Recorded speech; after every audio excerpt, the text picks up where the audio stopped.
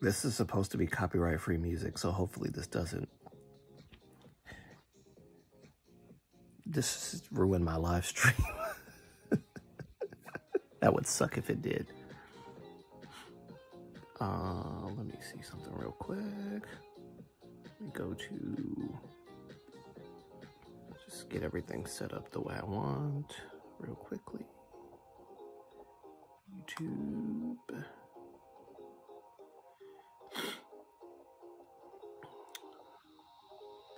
I'll just mute this.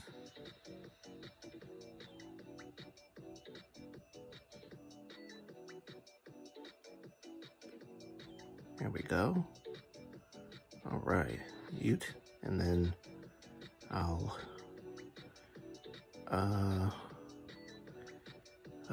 forgive me guys, I am still, I meant to say this in a community post, but I am actually a little under the weather. So I apologize. Yep, I'm a little under the weather, so I apologize for my low tone of voice. Hopefully you guys can still hear me pretty clearly, even though I will try my best not to be yelling and screaming and hooping and hollering.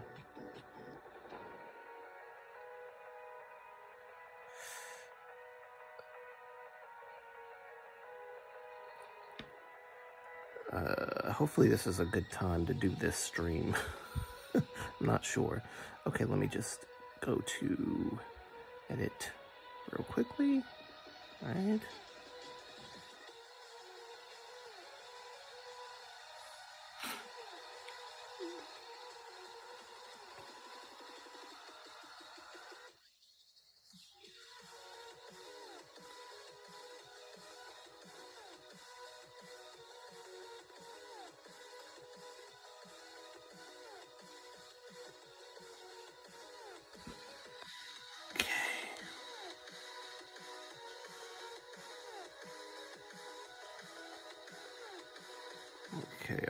Okay.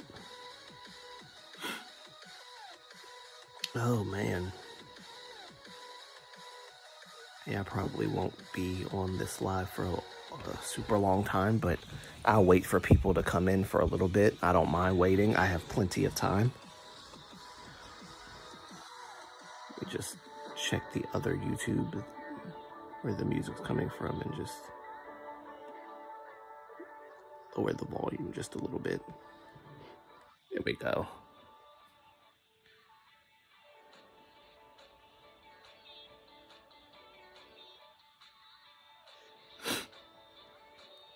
Oh man, yeah, I feel so out of it. I don't know if I'm gonna actually be able to do a very good job.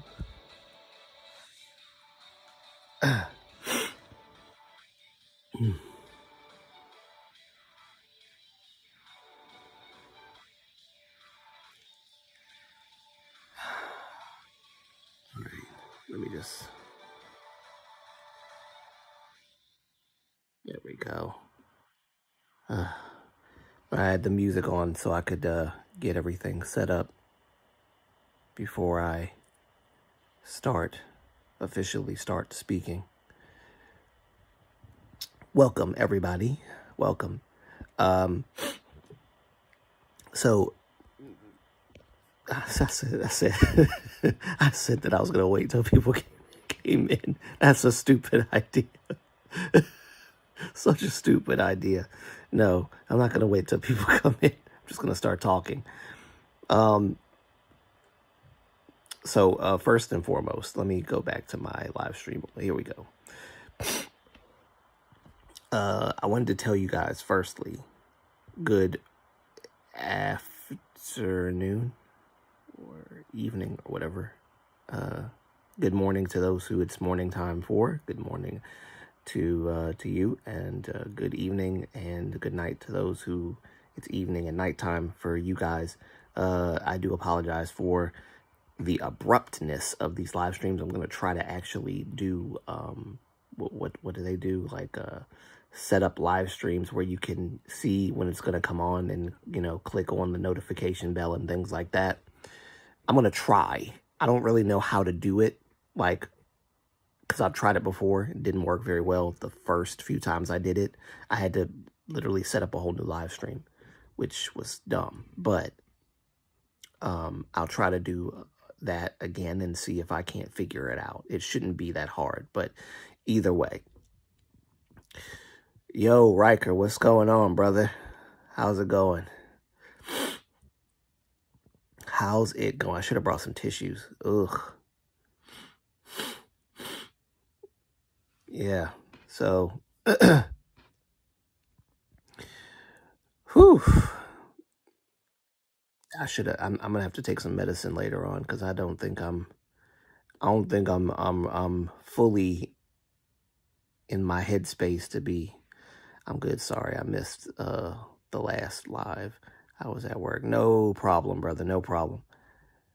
I don't even remember what I talked about on the last live stream. Actually, I think I reiterated a lot of what was in the previous live stream that I had to delete, unfortunately.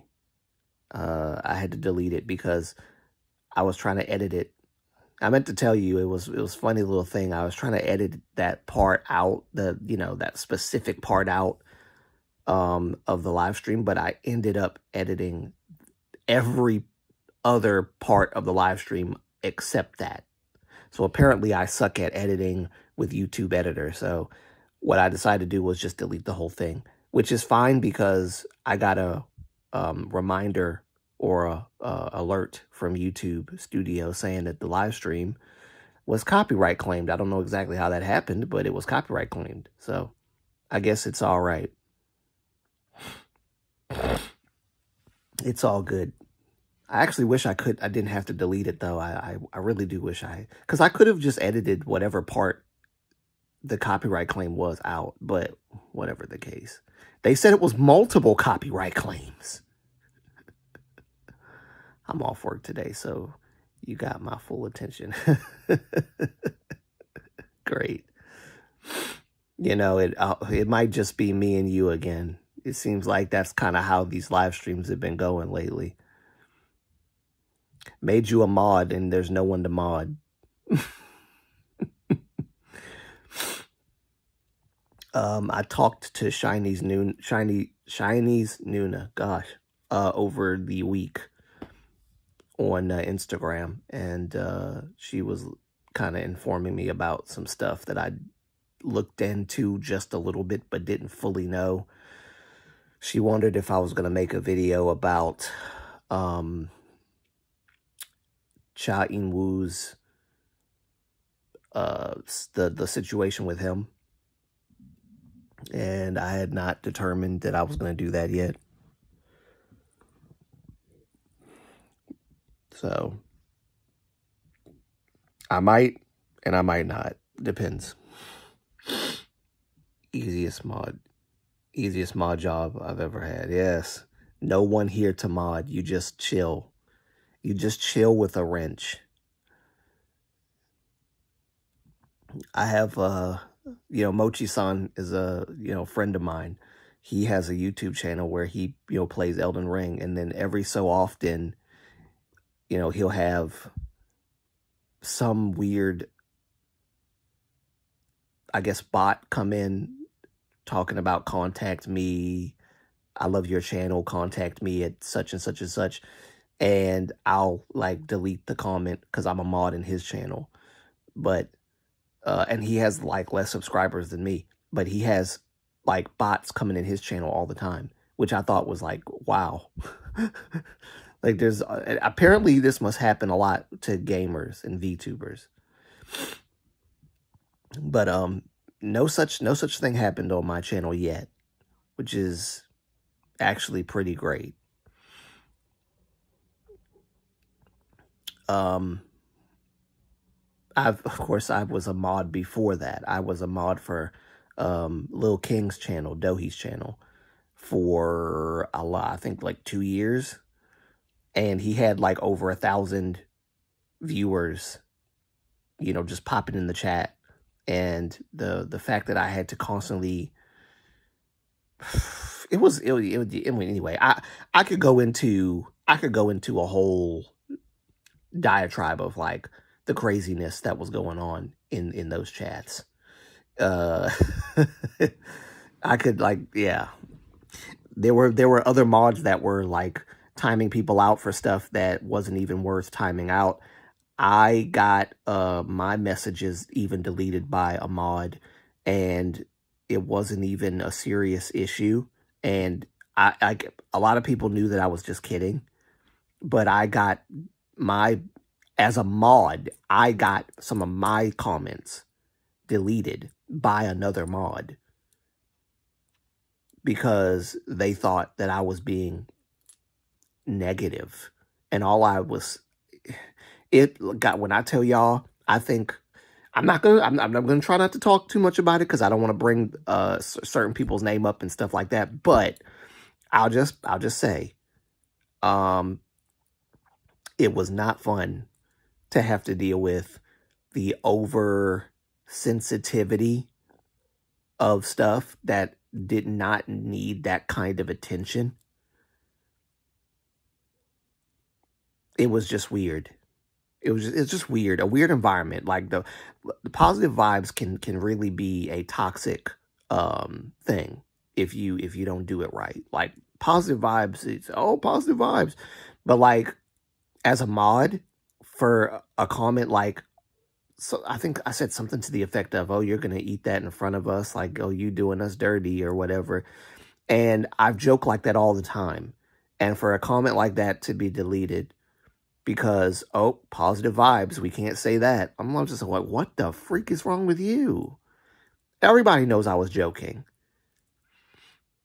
Everybody knew I was joking. I just thought that was wild. Oh, we got to set an example for these other people that might make jokes like that. Bruh, you're doing too much. And the Discord was even worse. Anyway, it's so refreshing not having a giant update on the new jeans.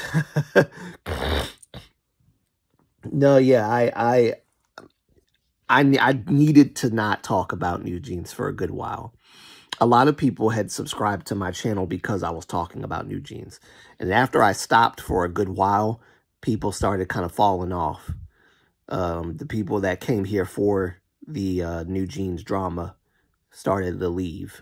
And they left it quite like, I don't want to exaggerate and say in droves, but they did. They were leaving simultaneously, just leaving. And I was like, you know what? That is all good. It's all good. Because the ones that are going to stay, and the ones that are going to go. I honestly, over the past week, since I haven't put out a video since the last one I put out, which one of the things I'm going to talk about is the video that's coming out tomorrow. I think I'm going to have it out tomorrow. I just finished it last night, and I was barely in my right mind because I'm still recovering from being under the weather. But one of the, oh God, see, my mind is gone already. What was I saying? Where was I at?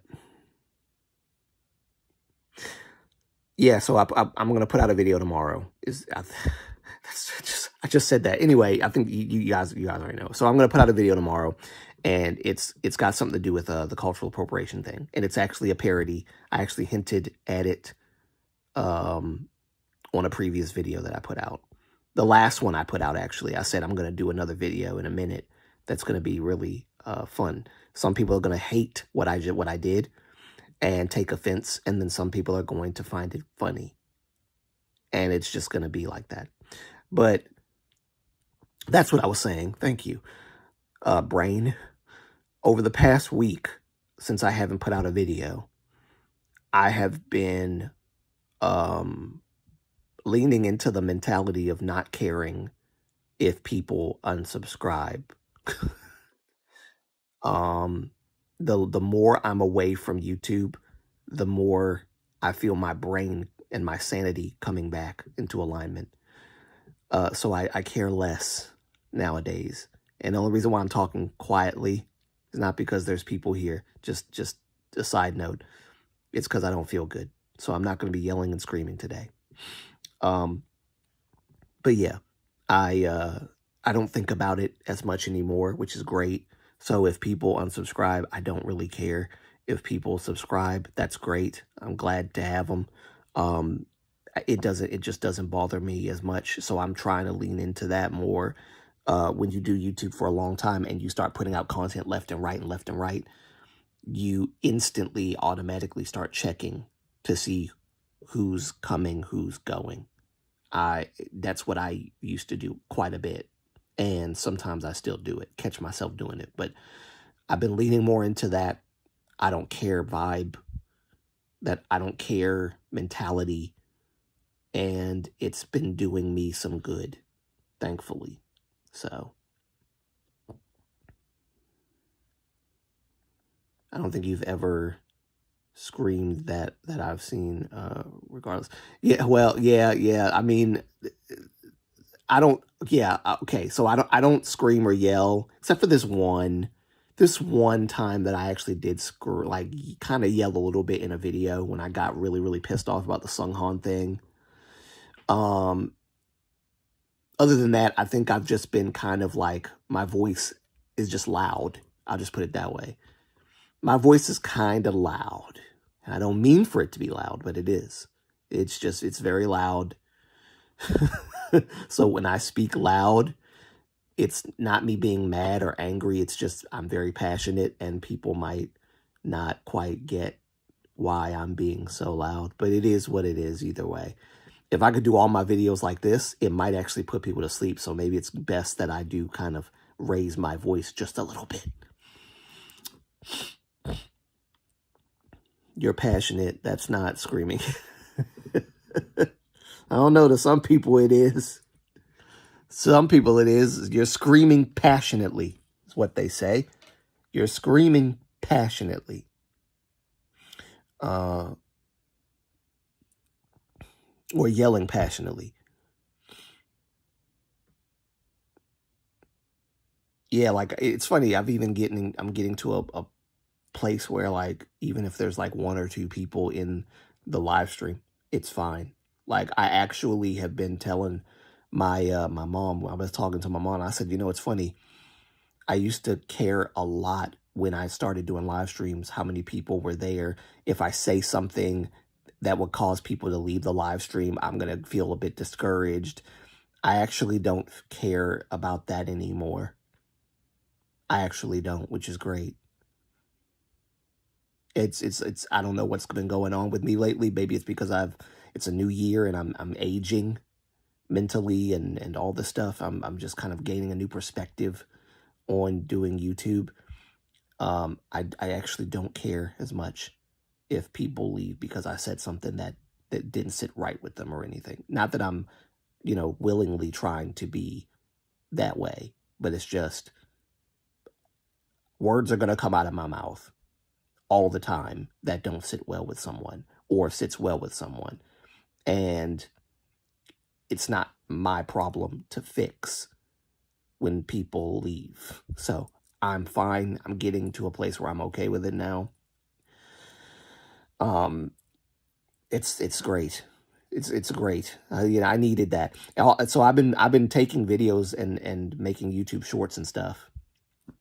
To try to like put it into bite-sized bits, which is a double-edged sword. On the one hand, it's great because, if you don't want to watch the whole thing or you don't have like the time, you can just watch that bit. And then of course, because the short has the actual video connected to it, you could click on the real video and watch the whole thing anytime you want. That's the one hand. On the other hand, if people watch one little short and they're bothered by something I said and they comment on it, like I've seen recently, and I haven't really been caring too much about it, but people will not understand the full context of what I'm saying because they're not watching the whole video. They're watching a clip that I clipped myself. So they're going to make a comment without reading the full or watching the full video. which is like, bruh, the point is for you to watch the whole video. That's what the shorts are for. They're advertising the full video. So if you just watch that one little part, you're probably not going to understand what I'm talking about. And then I feel like even if they do watch the whole video, they're still not going to like what I say. And so they probably don't want to see the whole video just because of the clip that they saw, which alone offended them.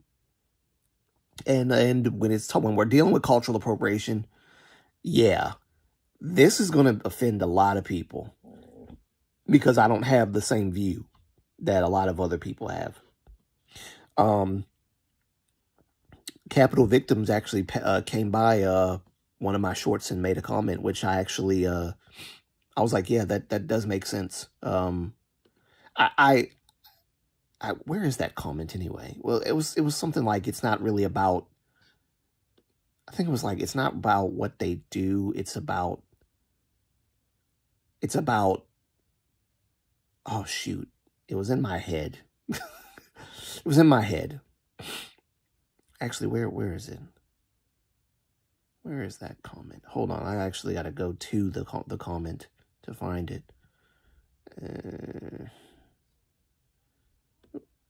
I wish I actually knew it off the top of my head, but I don't. It was actually a pretty good comment. Oh God, where was that one comment at? I don't even remember what short it was. It's okay to, I think it was this one. It's okay to be a black K-pop stan in 2026. Yeah, it was the only comment. Capital Victims, yep. It's not about what you do. It's how you do it. Like you said, music is universal language. If done tastefully, anyone can be inspired by the culture. Yeah, I agree. I agree. When it comes to the music part of it, it's not about what you do. It's about how you do it. But then there's the other part of that, which I will say, not to push back, but to just kind of give a little perspective. Some people don't care about how you do it. The fact that you're doing it at all is cultural appropriation to some people. People that are extra touchy. So, Capital Victims, yeah, I actually found Capital Victims, I think a year or so ago when the New Jeans stuff was being covered. And I was like amazed that they could put a lot of information in two minutes of a video. And I was just like, wow, I don't know how these people do it. Between Capital Victims, between Shojimi, and then I think there's a few other ones that do that as well. I just don't know how they do it. It's absolutely amazing. I just can't. I'm too long-winded. I'm too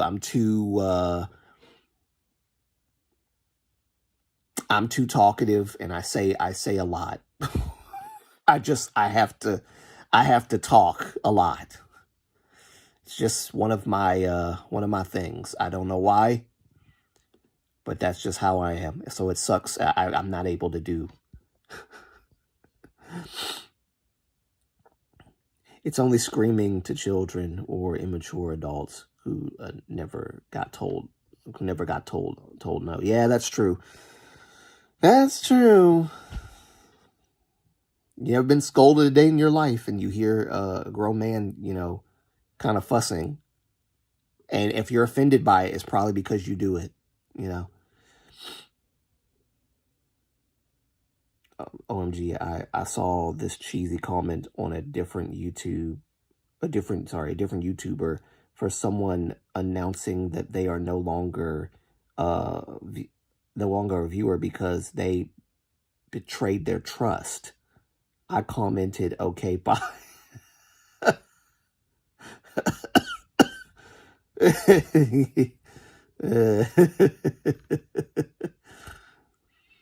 Betrayed. I wonder how they betrayed their trust. That's very, very interesting.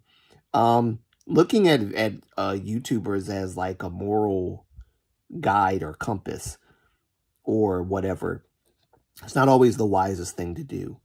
I'm not saying that they shouldn't be.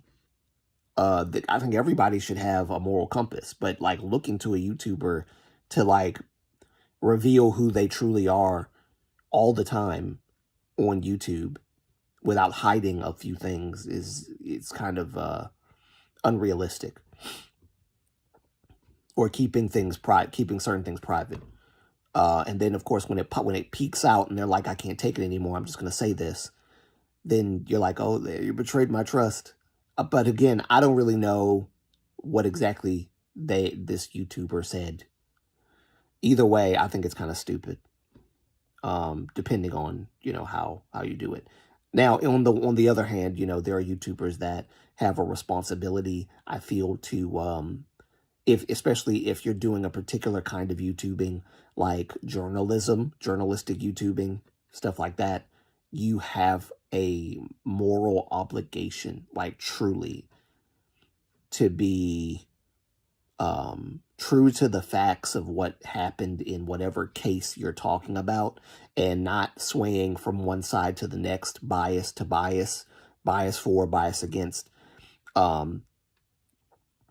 Sometimes those kind of journalists end up becoming less journalistic and more opinion piece minded. And then, either way, which is funny because Star Wars Theory, who is one of my absolute favorite YouTubers of all time, because I'm a huge geek about Star Wars. That's number one. And number two, Star Wars Theory is like, I love that guy. He's such a cool guy.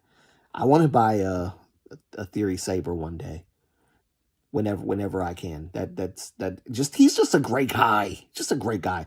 But anyway, people have been like saying about him that he has a responsibility as the biggest Star Wars content creator of being, I guess, kinder to the people that like Disney Star Wars and it's all the stuff and just weird stuff that they say about him.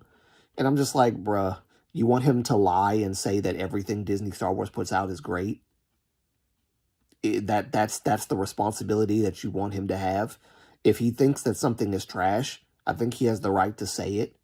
And if you're offended by it, you love Star Wars Theory too? Yeah, that's what I'm talking about. I think he put out like a video talking about his politics. I actually did not see it. I haven't watched it yet. I meant to watch it earlier, but I haven't watched it. But even if he has a different political, like, even if he has a different political ideology than me, the man has more common sense than a lot of other people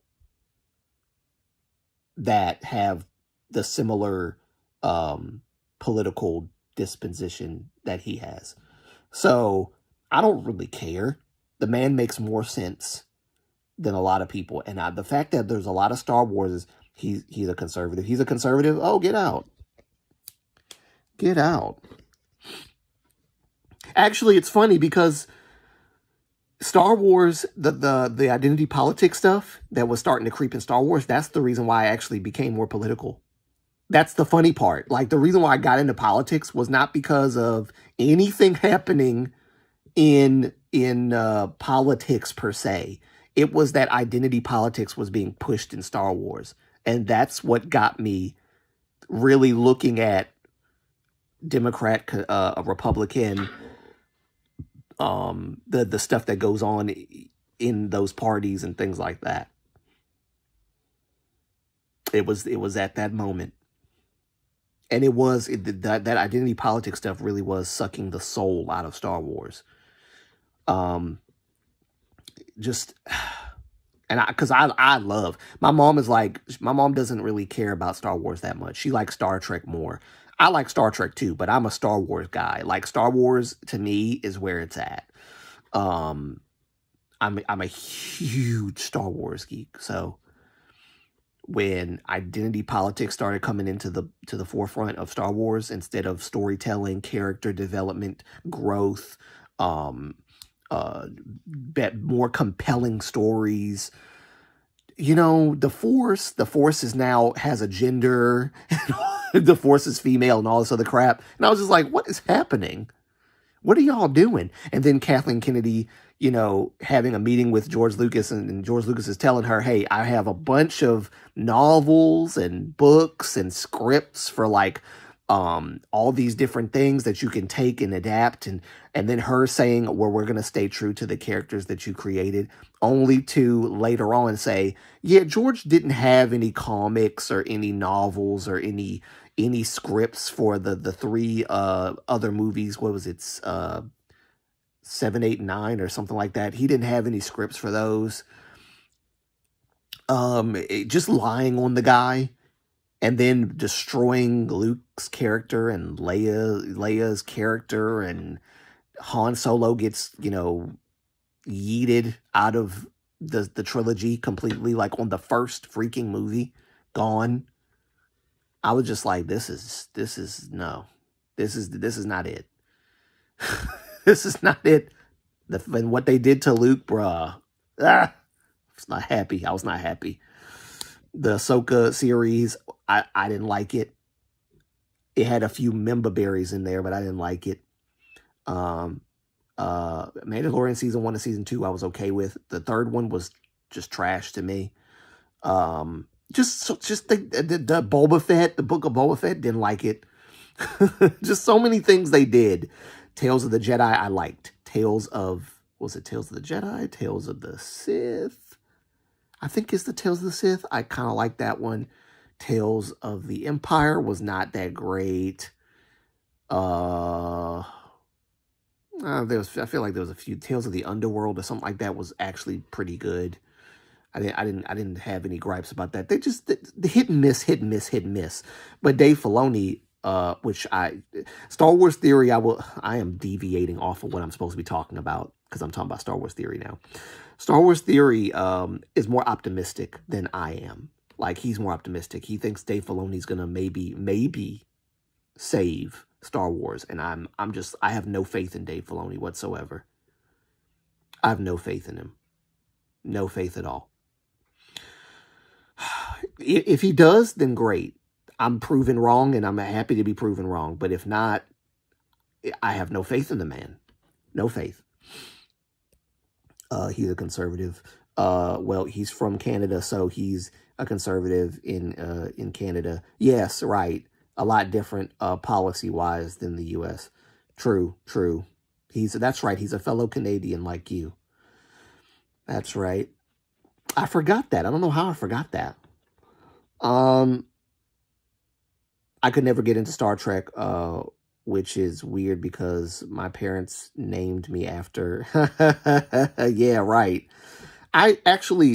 So like, I got into Star Trek Next Generation, but I'll tell you, the funny part about that is it came out around the time that I was a kid, if I'm not mistaken, or like a baby, basically. But I didn't grow up really like caring much about Next Generation. I watched the movies, and that's pretty much all I really knew. I did not know much else about it.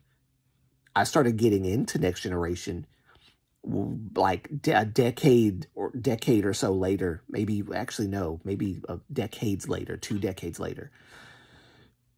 I think I was in my 20s at the time. I was working at Applebee's, my first job, and it would come on G4 in the morning. And I think in the evening too. Sometimes they'd have marathons on G4. Was it G4? I think it was G4, yeah. G4, they started playing. No, was it G4 or was it something else? I think it was G4. I think it was G4 because I think G4 also. Yeah, it was G4, I think. I think it was. Because G4 was playing Beast Wars, I loved Beast Wars as a kid. They brought that back. Star Trek Next Generation came back. And there was like something else that they brought back as well. But I would watch those in the morning, and sometimes Next Generation would still be on, and I would watch those, and I kind of got into it a lot. And yeah, I'm a huge fan of Next Generation. Captain Picard. Oh yeah, one of the best. I know Kirk is like the legend, but that was before my time. That was my parents' time. My time was Captain Picard. Captain Picard Captain Cisco, Captain, I can't remember the lady. I can't remember her name for some reason, but I didn't really care about the lady that much. She kind of seemed a little boring. Captain Cisco was less boring. But Captain Picard was my favorite. Anyway, I feel like what am I talking about? Anyway, like I said, I'm not feeling too great. So I'm going to be all over the place. 35 minutes in, and I still haven't gotten to the topic. So that tells you where I am.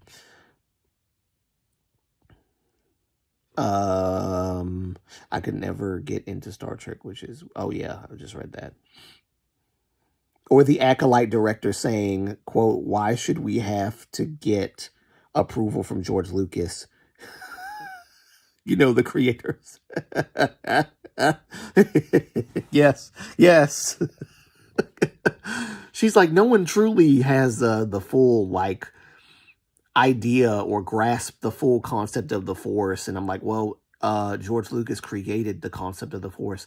If anybody has a concept of the Force, like, down, it would be George Lucas. It's the disrespect. The disrespect of George Lucas. It's crazy.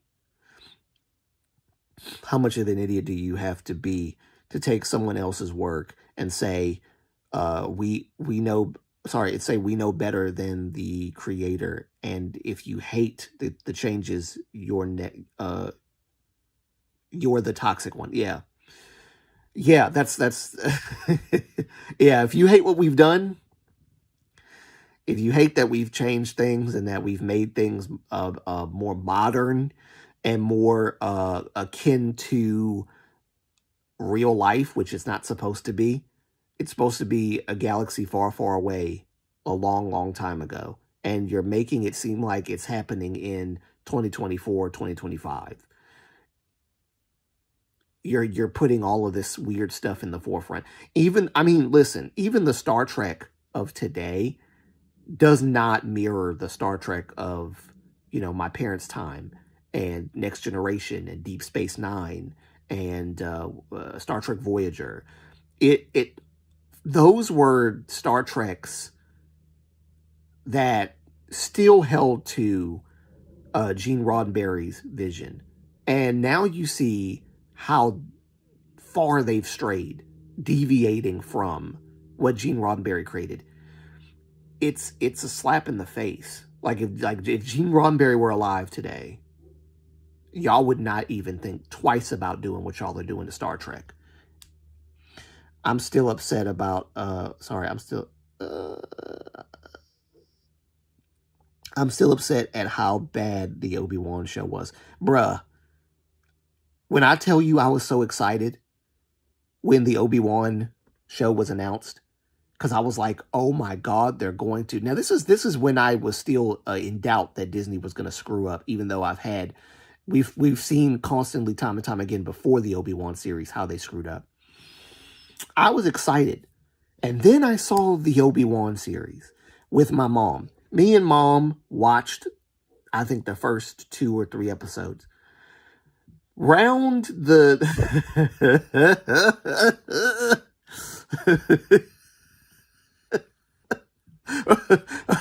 the first fight with Darth Vader.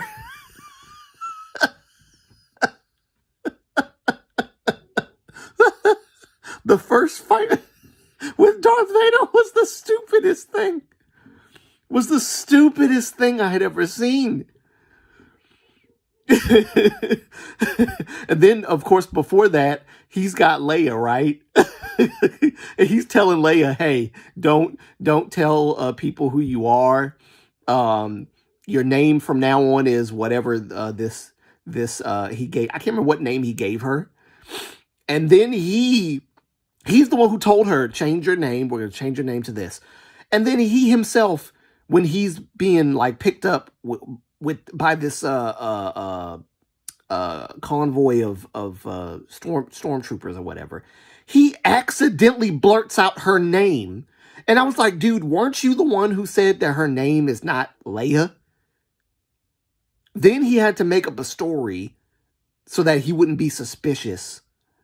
Oh yeah, Leia was her something. I can't remember her mother's name. I get them confused sometimes, blah blah blah. And then Leia actually fixes the problem and makes Obi-Wan look like a complete idiot.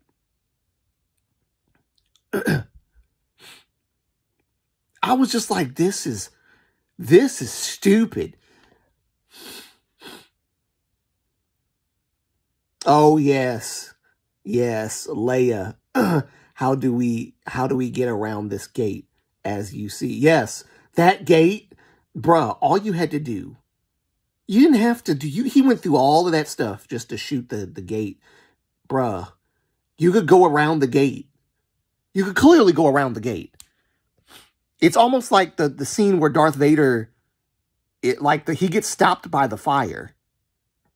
After what's her name shoots that thing and then ignites the fire again. Vader just stands there and watches as they drag Obi-Wan away.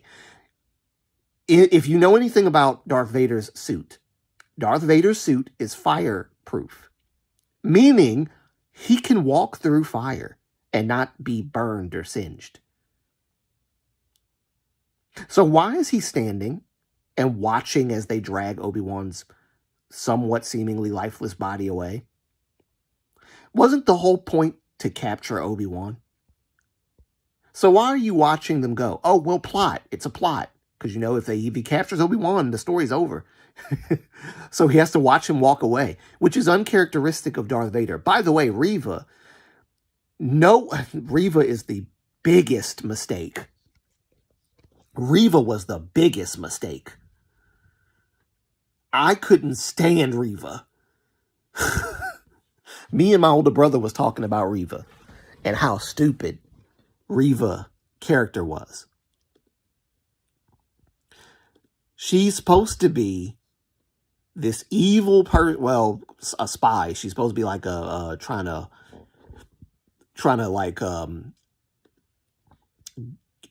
assassinate Darth Vader or something stupid like that. So she's playing like she's an inquisitor on their side so that she can eventually kill Darth Vader, but she's nowhere near his level.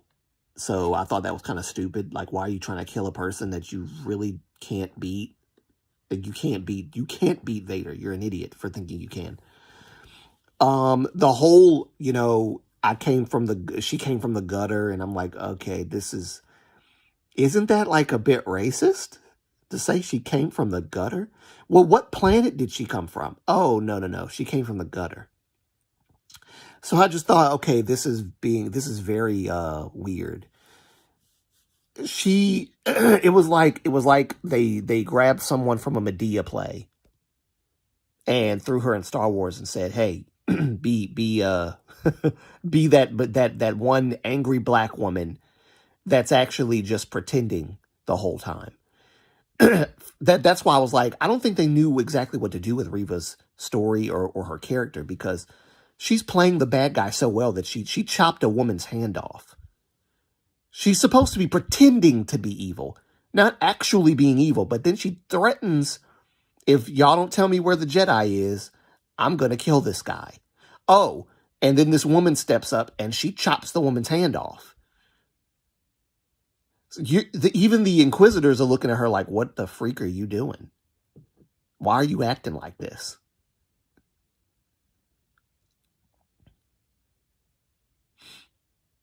It was just, she was the stereotypical generic black character that was thrown in and placed in that play. Ultimately, basically, if you want to know what Obi-Wan's story is about, it's actually about Reva and not Obi-Wan. That's basically what it was. Obi-Wan was a side character in his own story.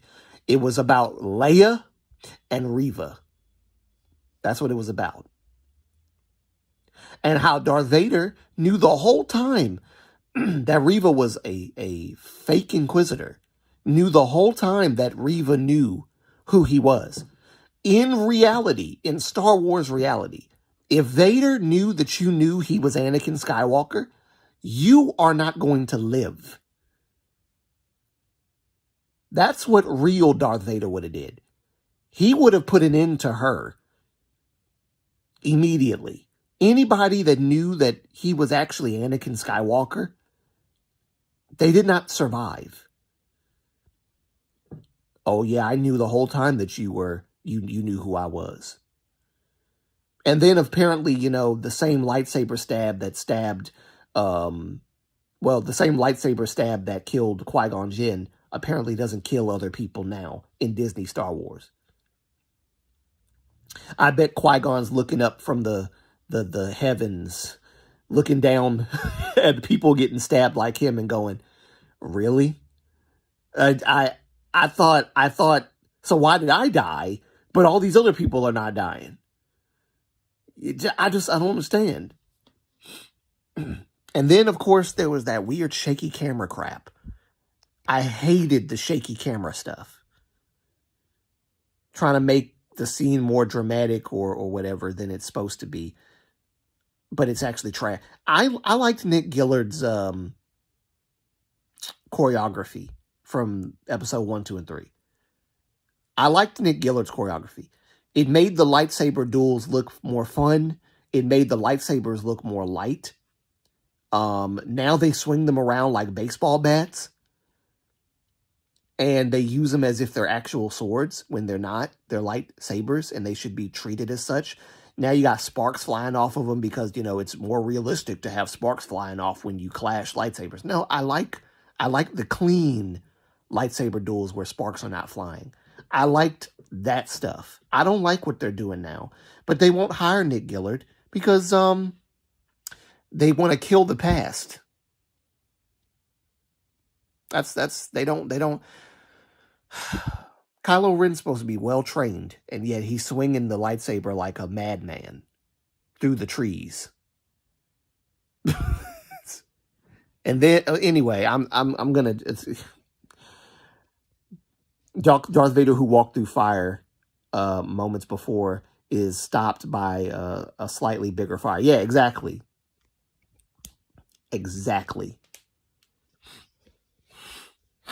And then, of course, the whole Leia part in and of itself, the whole Leia storyline doesn't make sense because Leia does not know. She's never met Obi-Wan. She's heard of Obi-Wan. She's never met him.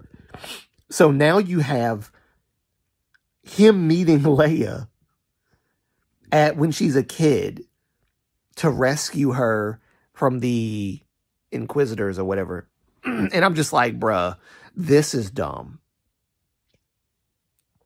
This is dumb. He's not supposed to meet her until he's old. Y'all just retconned episode 4 or 5, whichever one. I think it was episode 4. Y'all retconned it. Was it episode 4? It might have been. Y'all retconned it. Y'all retconned all of it. Obi-Wan is not supposed to meet Leia until episode 4. So why did y'all have him meet this girl?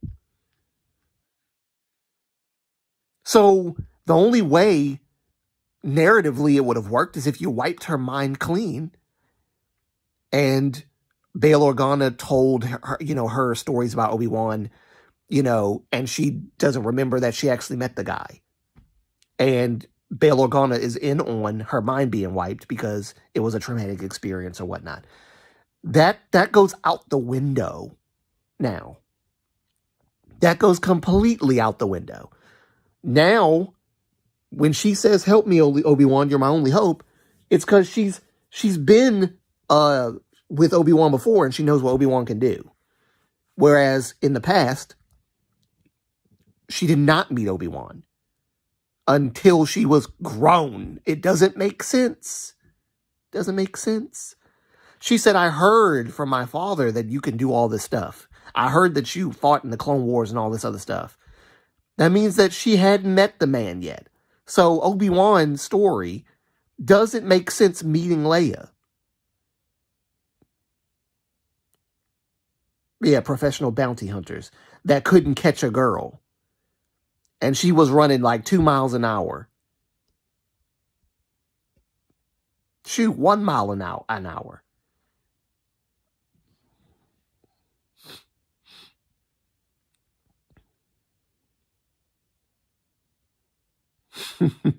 This will be easy, boys.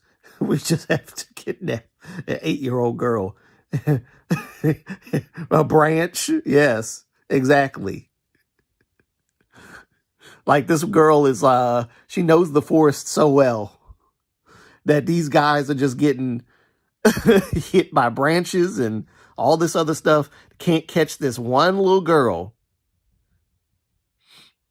It was a terrible show. And Obi-Wan was made to look like an idiot constantly. And then Qui-Gon at the end of the show appears to him in a Force ghost. I could have swore that Qui-Gon said he didn't finish his training with the Wills. The Force priestesses. He didn't finish his training. Meaning that he could not turn into a Force ghost because he didn't finish his training. He could only manifest his consciousness. He couldn't manifest himself physically. So why is he manifesting himself physically to Obi-Wan? Another retcon. It's almost like they didn't pay attention to what was already established in the lore. You know, it's funny. I've actually been wanting to start my own Star Wars channel because I actually love talking about this stuff a lot. I love talking about Star Wars. I love talking about all this stuff. So I've been thinking about it quite a bit. One day I might actually do that because I really do love talking about all this stuff. One day I will.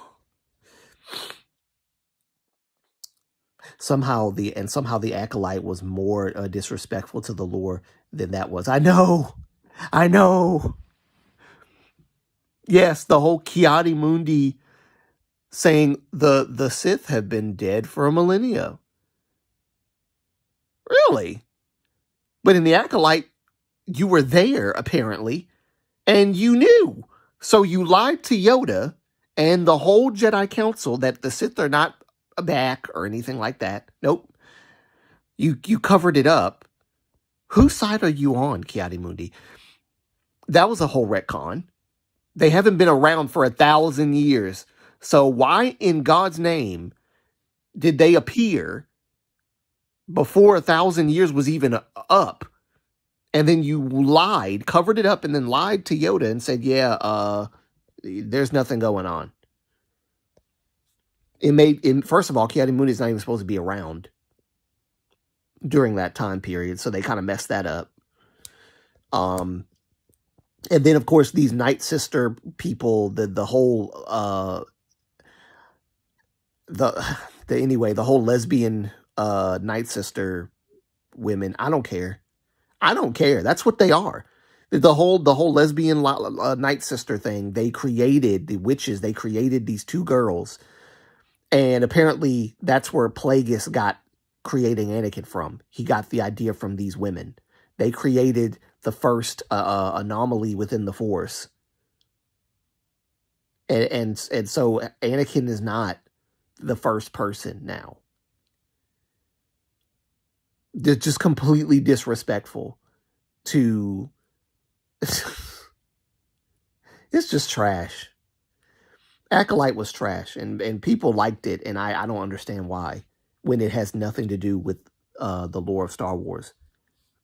Nothing to do with the lore of Star Wars. It's completely against it. Completely against it.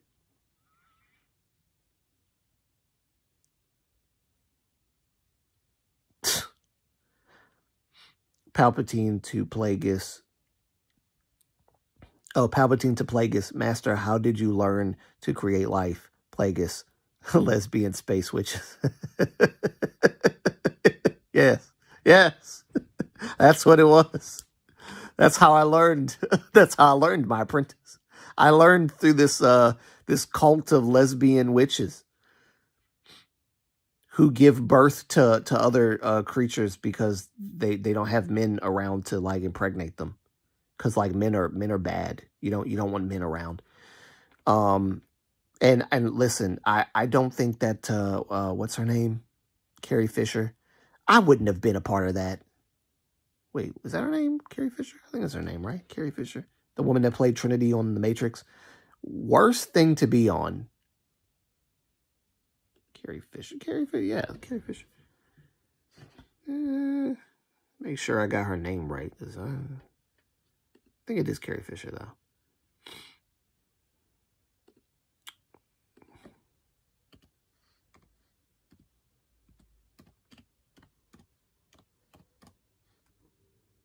Yeah, I think it is Carrie. No. Sorry.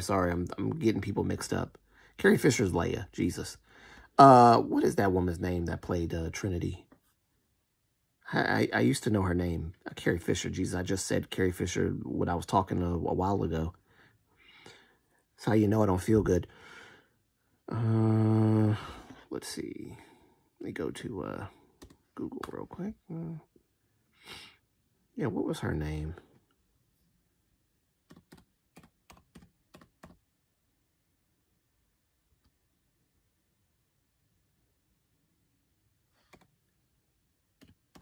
Actress. Yes. What was her name? Carrie Ann Moss. Carrie Fisher. That's probably why I got them mixed up. Carrie Ann Moss. Not Carrie Fisher. I would never have went to that show. I would never have done that. Like, Carrie, no, I would never have done that.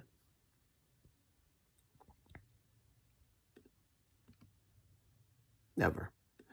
It was like she was trying to do the Matrix stuff in the Acolyte. It's terrible. Oh man. Anyway. Yeah, it was just bad. The whole conflict. Lee Jung-jae learned English for that trash. Yeah, I know. He did a pretty good job too with his English, but man, I feel bad for him because, like, coming off the heels of Squid Game, and that's what you end up doing. Well, because Disney, Disney's the biggest franchise thing in the world. Like, you don't say no to Disney. Man, I would have said no to Disney so fast. Sorry, y'all screwed up too many. Well, then again, I don't know. I don't know how he feels about. I don't know how Koreans in general feel about Disney screwing up everything. They might not even care. But sorry, as an American, I care. You don't put out trash and then tell me, hey, you're a famous actor. Why don't you come on and play in this show about Jedi and these two twin girls that are created by this lesbian coalition of witches through the Force, through the Force, manipulating the Force and all that. I ain't got time for that. Sorry. The whole conflict of the Acolyte is fixed by having a single conversation. Yeah. Right. Exactly. Oh man. Terrible. It's terrible. But yeah, the video that's about to come out tomorrow, it's probably going to offend some people, and it's probably going to make some people laugh. Hopefully it makes more people laugh than it does offend people. But it's bound to offend some people who have the cultural appropriation narrative in K-pop in this way. This is just a part of the cultural appropriation stuff. This is not the whole. This is just a part of it. So this is what people have claimed recently is cultural appropriation. So I thought I would make a parody of it and put it out. I think you guys are going to enjoy it for the most part. At least the moon base will enjoy it. I think it's going to be great. It's going to be great. So that's one part of what I wanted to talk about with everybody, is that's coming out, and I think you all are going to enjoy it. I'm probably not going to talk about all this today because the EXO stuff, I'm probably not going to talk about all this today. My first impressions of EXO. The album. Yeah, I have quite a bit to say. I've only listened to the album once of EXO's album. I've only listened once, and I might listen to it again maybe when I get on the treadmill tomorrow, well, next week or so.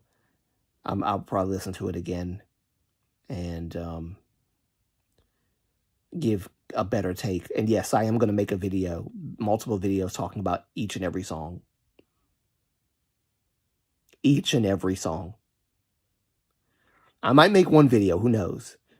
No, I might just make one video talking about each and every song. I just feel the whole album is just not, I don't know. It's like the songs are not that great, but they're not that bad.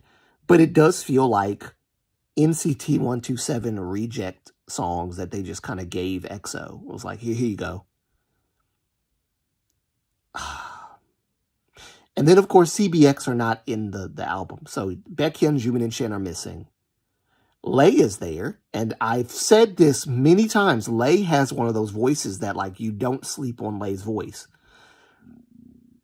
And so one of the only good things about the album, apart from Dio basically being like the vocal glue that held the whole album together, and Suho taking the place of Chen in many areas of the, like, vocally within the album.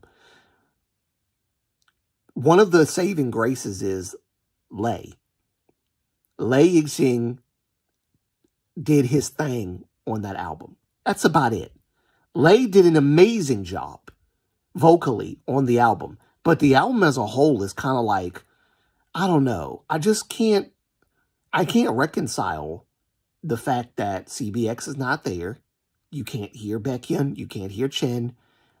Schumann didn't get many lines when he was, but for the lines that he did get, you miss hearing Schumann's voice to know that he's there.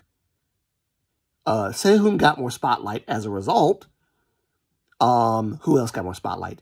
Chinyu got more spotlight. Kai got more spotlight vocally, which is great. I always think that Kai should get more spotlight as well. Suho, he took the place of Chen, like I said. Dio, he took the place of Baekhyun and himself. He did two roles. Lay also took the place of Chen in many places because Lay has that vibrato, you know. Lay did a very good job, and I loved hearing Lay's voice. Sehun got more spotlight, which is great. All these people got more spotlight, but it came at the expense of CBX not being there, and that's the thing that really gets on my nerves. The album, like, sucks in the sense that CBX is not there, but the album is okay because EXO's back and EXO's singing, albeit just 6 members. I believe it's just like 6 members. I don't know, man. It's like the album doesn't suck, but it's like aspects of the album suck. Did you hear Twice's Ji-hyun's sister is debuting in Pettis in Pledis Entertainment? Really? Interesting. No, I did not hear that. I did not hear that. Interesting. Let me see. I don't know. Let me look at this. Let me look at this. Let's see. Was it Ji-hyun?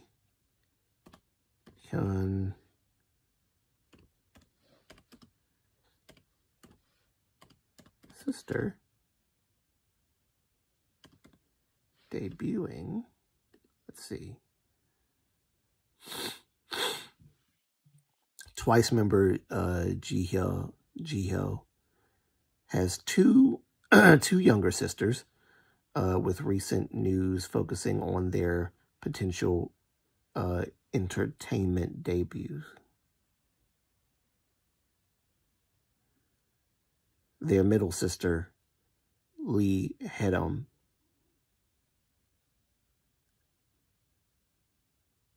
Okay. Park Ji-yeon made her acting debut in 2024. Sorry, in the 2024 short drama series, Request to Resign on Facebook. Anyway, okay. Meanwhile, rumor suggests the youngest sister, Park, how do I say this? Park Seo Hyun? Park Seo Hyun, I think, may be a candidate for a new Facebook Pledis Entertainment girl group. Interesting. I think it's Pledis. Yeah. Yeah. Wow. Okay. Dag. It's a whole sisterhood of talent, apparently. Interesting. I'm gonna have to let Pachi back inside because he's been out there in the cold, in the snow, and it is. We had to shovel a lot of snow actually last week. It was ridiculous. Was it last week or this week? I think it was this week. Absolute madness. I still haven't fully recovered. It's complete madness.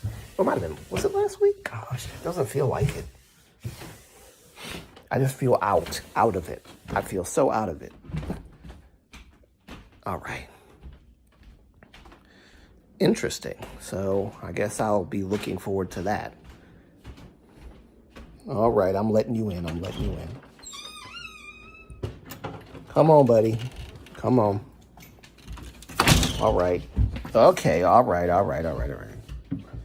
Ironic because apparently JYP wanted her as a trainee too, but she wanted to go her own route and signed with Pledis. Don't you growl at me. All right.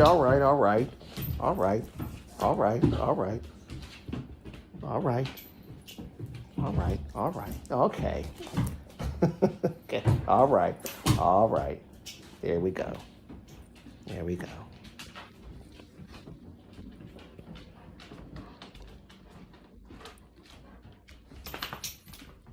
You get some water. Get some water. Here, let me pour you some water. Oh well, I'll pour you some more water. How about that?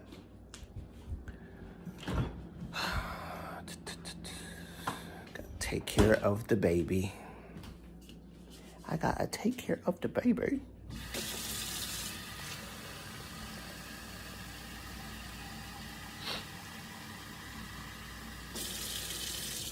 So, all right, I'll be looking forward to that, to her debut in a girl group. That sounds fun. Oh, I'm getting hungry. There, water. Drink. Why are you looking at me like that? Go get the water. Come get the water. Drink. Look, water. You've been out there mostly all day. You don't want no water?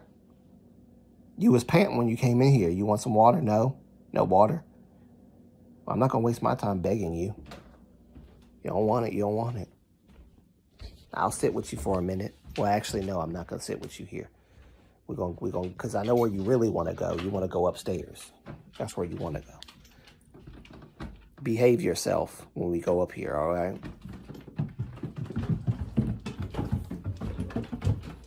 I gotta get Pachi's bed. Pachi's bed. All right, so you stay, whatever. If you want to come, you want to come. We only coming in here to get Pachi's bed, all right? Uh-oh.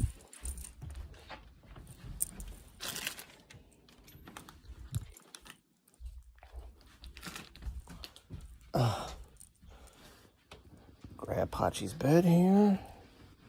He can sit on his bed, not my bed. There we go.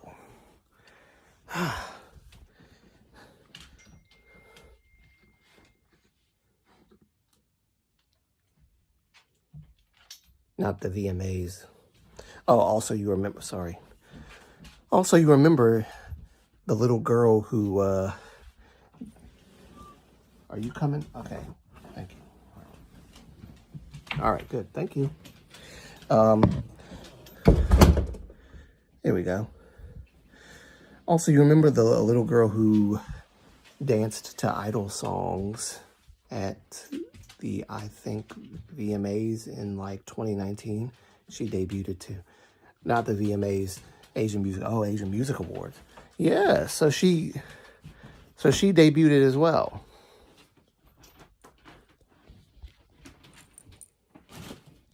Cool. Sit. Sit.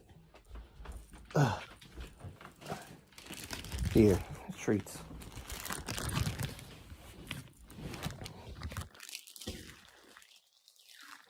It's treats.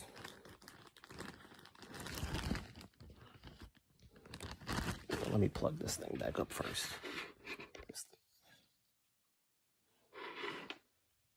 She's in High Up Entertainment's new group. Oh.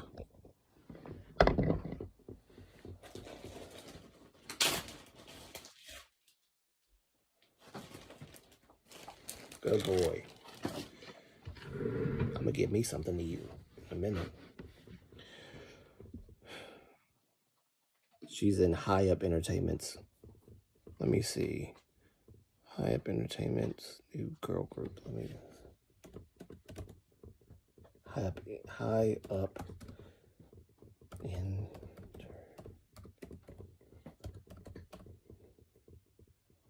New girl group.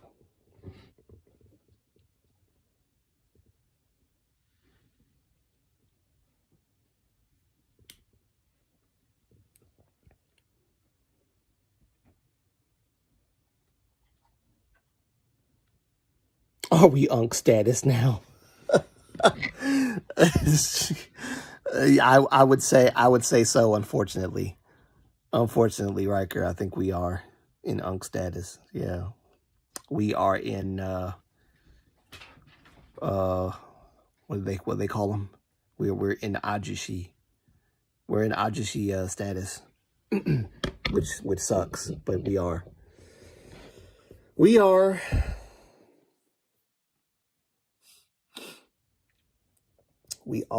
truly there, unfortunately.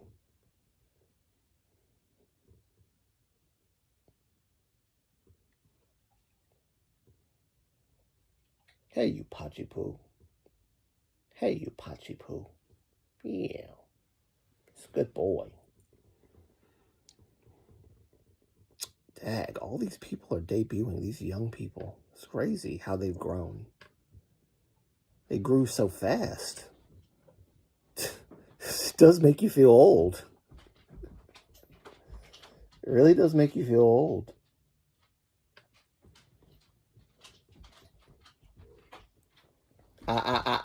Don't you start that. You sit. You can smell all you want, but you sit. That's right. You sit.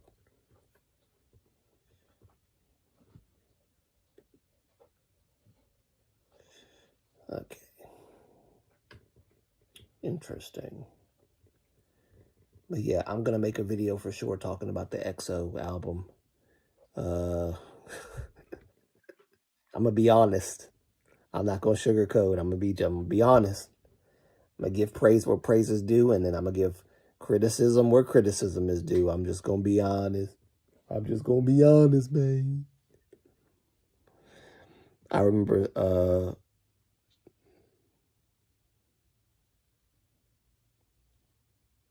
dancing to Twice, and now she's almost an adult. I know it's crazy to think that these people are growing like this in no time at all, and it does make you feel like you're, getting old. It's crazy. Like, this shouldn't be happening. This shouldn't be happening. She should still be, because in your mind, you're like, these people should still be, like, young, like kids. But time passes very fast. And that's why they say that, life is like a vapor in the wind. It's just like, psh, here today, gone tomorrow. It's just crazy how fast people grow. And now, like, people that you once saw as kids are now, I'm not allowing it.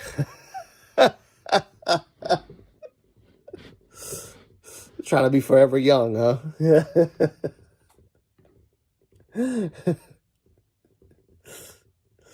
Here, I'll give you another treat just because you're behaving yourself. There you go. There you go.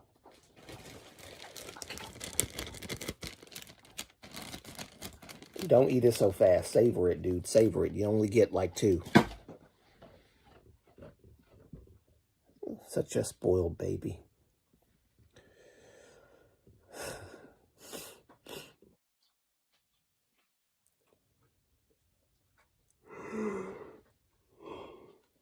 Oh, you want to know a survival show fact that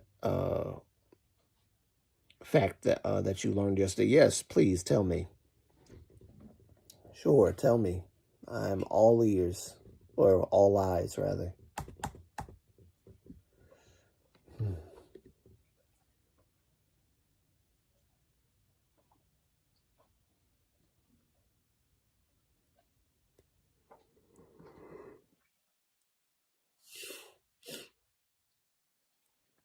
High Up Entertainment.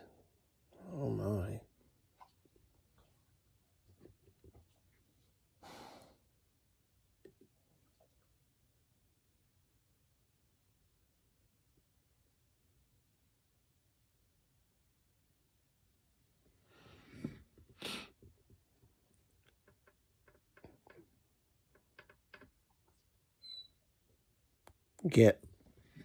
What was that for? I shouldn't hear you whimpering or whining up here. You are free. You are free. There is no restrictions on you. You are free. You're inside and you're upstairs with me. There is no reason why you should be doing that. No, I'm not giving you the attention that you want. I'm doing K2 live stream right now. Guess which K-pop survival show percentages has the largest amount of contestants that debuted. What? I don't know. It's what? Wait. It's not Produce 101. It's oh god, it's another one. I think I know exactly what it is, but I can't think of the name. It's not Produce 101. It's another one. It's another one, but I can't think of it.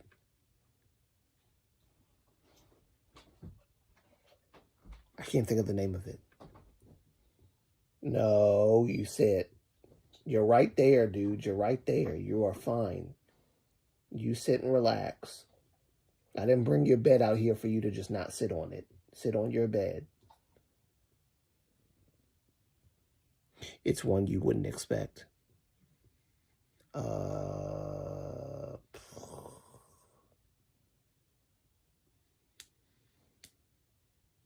I have no idea because I know it's not the unit. I know it's not the unit. I know it's probably not it's Boys Planet, Girls Planet. I don't know. I don't know, actually. I don't know. I don't know, actually. I don't know.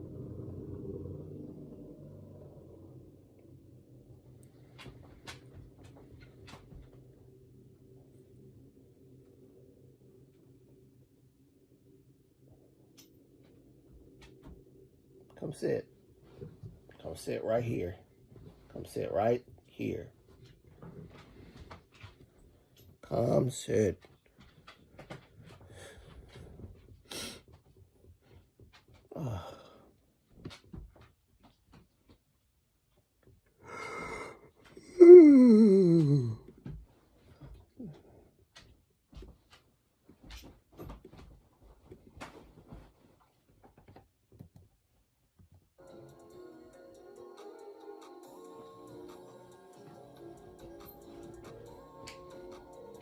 Hachi, sit.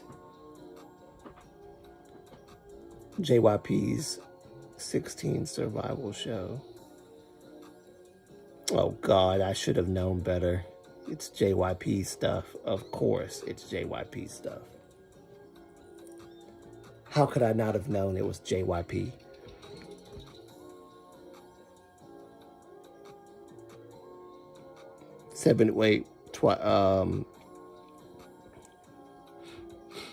The same survival show that formed twice with 75% of the trainees debuting as idols. Wow.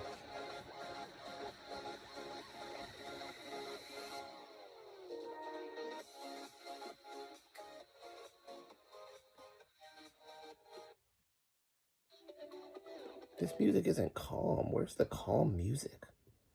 I wanted something calmer than this.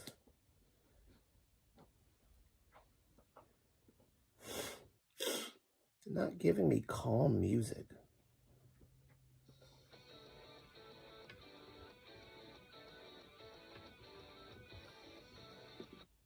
Not giving me calm music.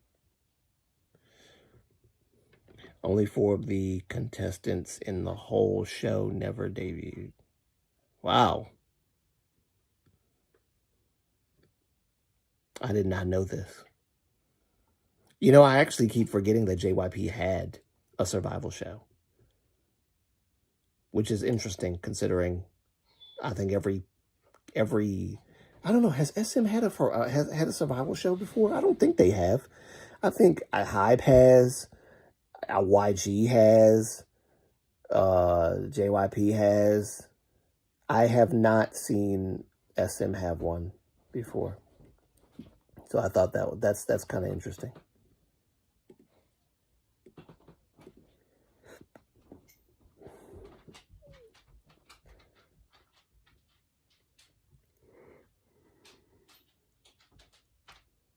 You wanted to be up here. I don't know why you're moving around like you don't want to be up here.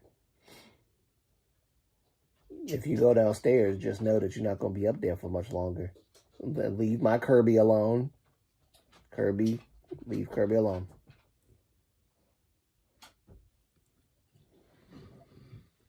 And don't mess with the socks either. Leave the socks alone. Nosy. Such a nosy dog. SM had the British group, the survival show, and so kind of. Yeah, I don't even remember the British thing. I don't. What are you doing? No,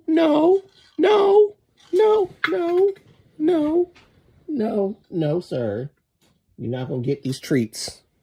You not getting these treats.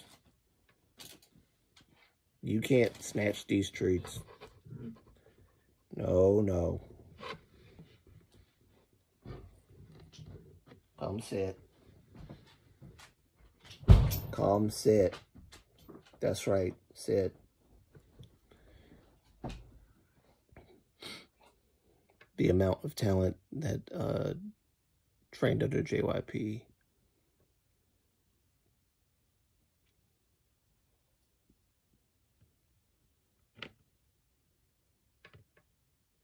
Wow.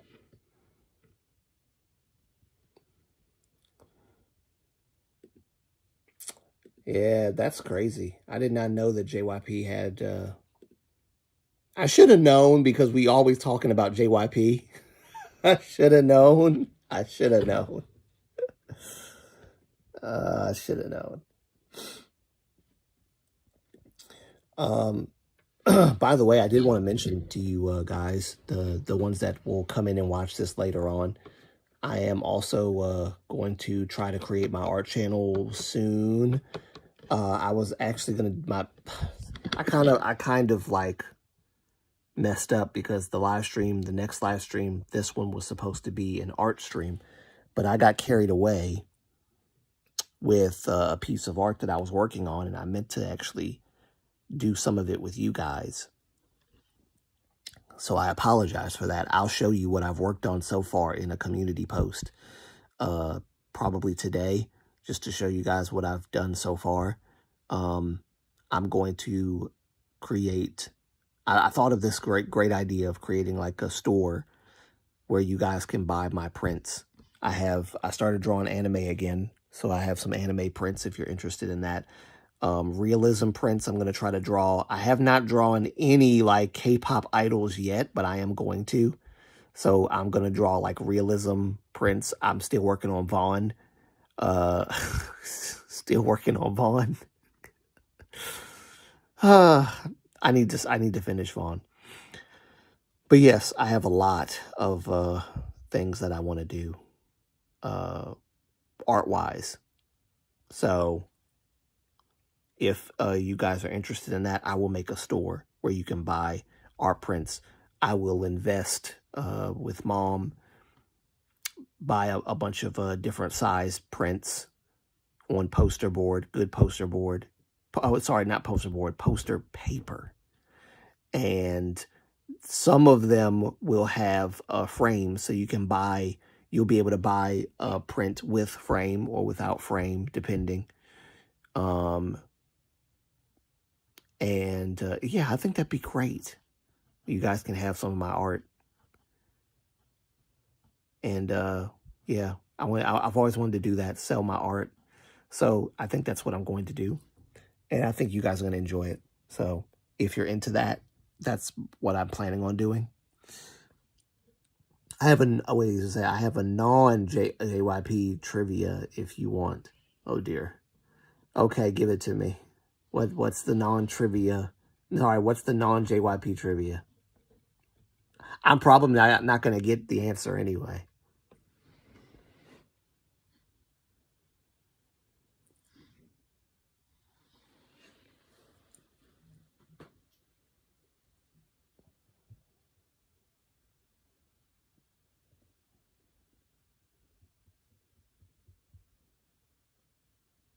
There we go. Good boy. Good boy.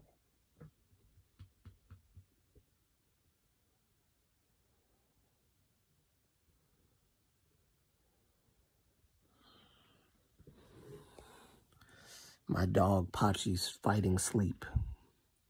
Fighting sleep.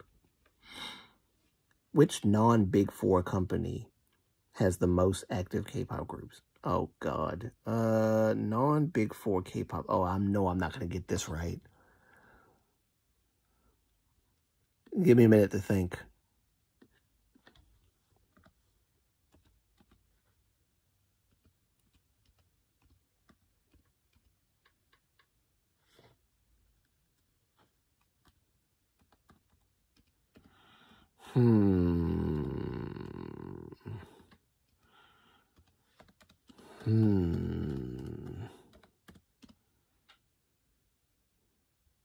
Has the most active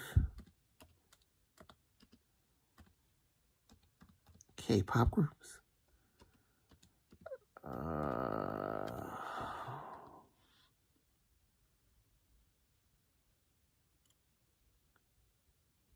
And it's not one of the Big Four.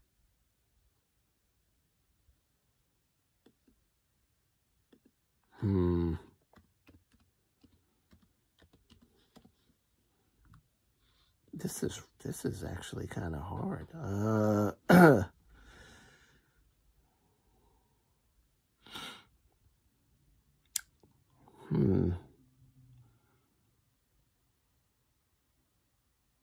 I don't even know a lot of K-pop companies, so this is gonna be tough.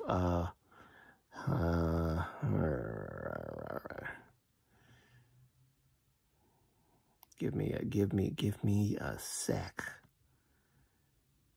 I feel like Starship, but I could be wrong. I feel like it might be Starship, but there's like, you've got KQ Entertainment, you've got Pledis, you've got what's that? You got Jellyfish, which I know it ain't Jellyfish. I know it's not no Jellyfish. Okay, you got B-Lift, which I know it can't be B-Lift.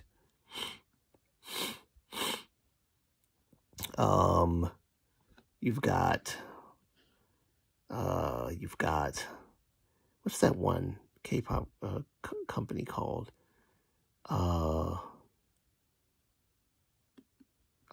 What's it called? Stone, was it Stone something Entertainment? Something like that.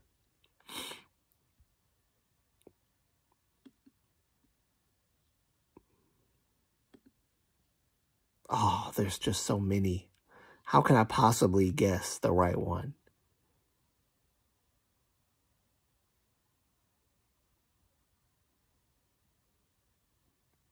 There's no way. Like Cacao? You know, I don't know. Well, what's that one called? What's it? LU? What, Luck Factory or something like that? There's so many. Cube. KQ.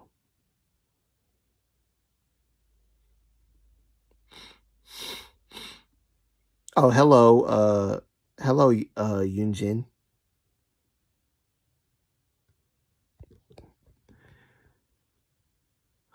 This is a hard trivia. Wait, the answer I have.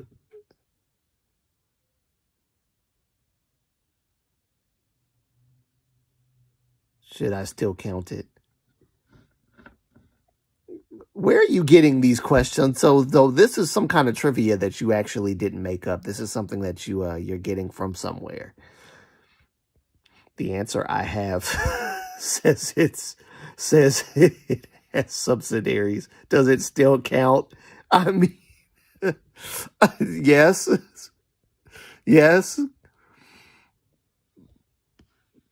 If it has subsidiaries, it still counts. It should still count.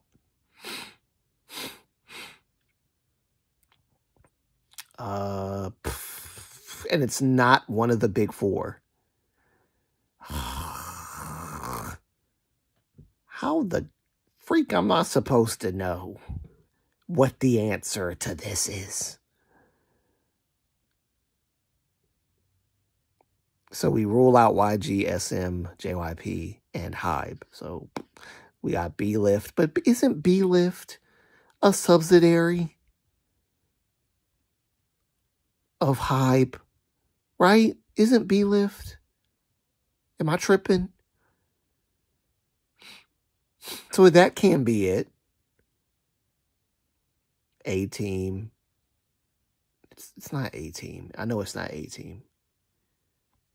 Yeah, so I can't. This is a hard one. You really have to know your companies and like how many idols is in each company in order to get this right. It's definitely a guessing game. Because there ain't no way in God's green earth I'm gonna actually get this right. KQ Entertainment, Luck Factory, or however you say that. You've got Starship, you've got Jellyfish, you've got Vine Entertainment, you've got what else? Stone. You've got. I'm missing something. I'm sure I'm missing something.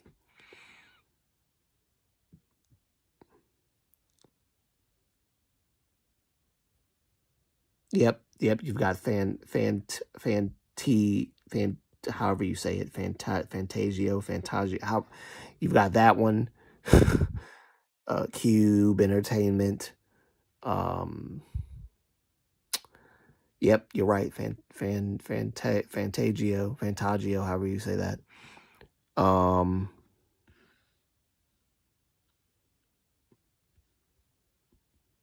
This is hard. You know what? I wonder if Riker actually knew the FNC Entertainment. Yep, FNC Entertainment. How would I know? How would I know? How would I know? Starship? I feel like it might be Starship. I don't know, but I feel like it might be Starship. I feel like it might be Starship. That's my answer. Starship. I'm probably wrong, but it's okay.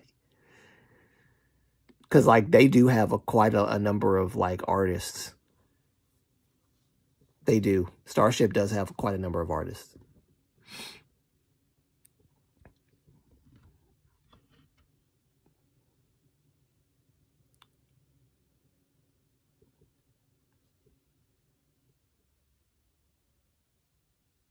RBW. Rainbow Bridge World. What the freak is that? I've never heard, wait, what's it called? RRB? No, sorry, RBW. I've never heard of RBW before. What? Oh, RBW. Oh, I know what that is. Yes, I have heard of RBW, but not much. RBW. What?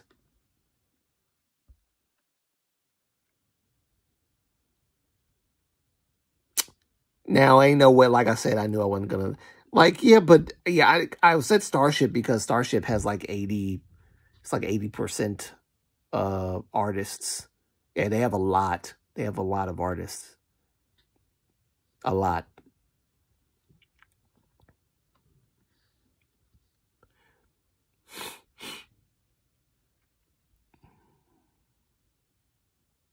Or at least the profit distribution is like a lot.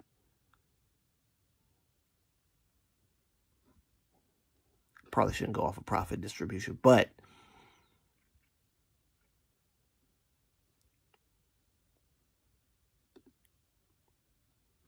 the profit distribution is like that because they have quite a bit of artists, Starship. So, well, I would never have guessed. I would never have guessed.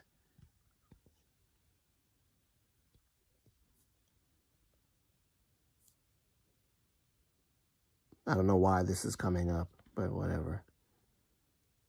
I lose. So here we go. Gonna celebrate my loss.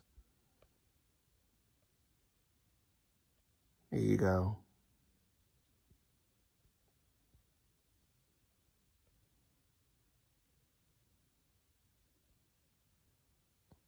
I don't know what I'm talking about. Yay! Yay! I just love bomb myself to feel better. There we go. Love bomb.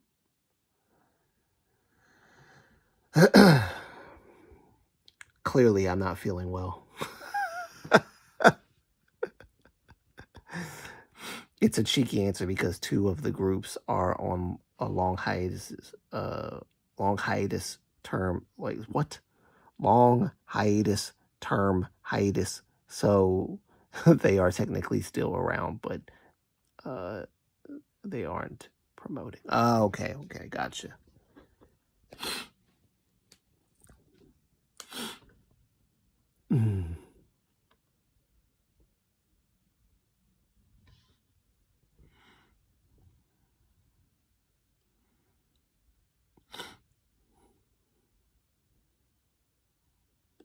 Like, I just realized, like, just now, I'm starting to remember that we barely touched on any of the stuff that I made this. I'm going to have to change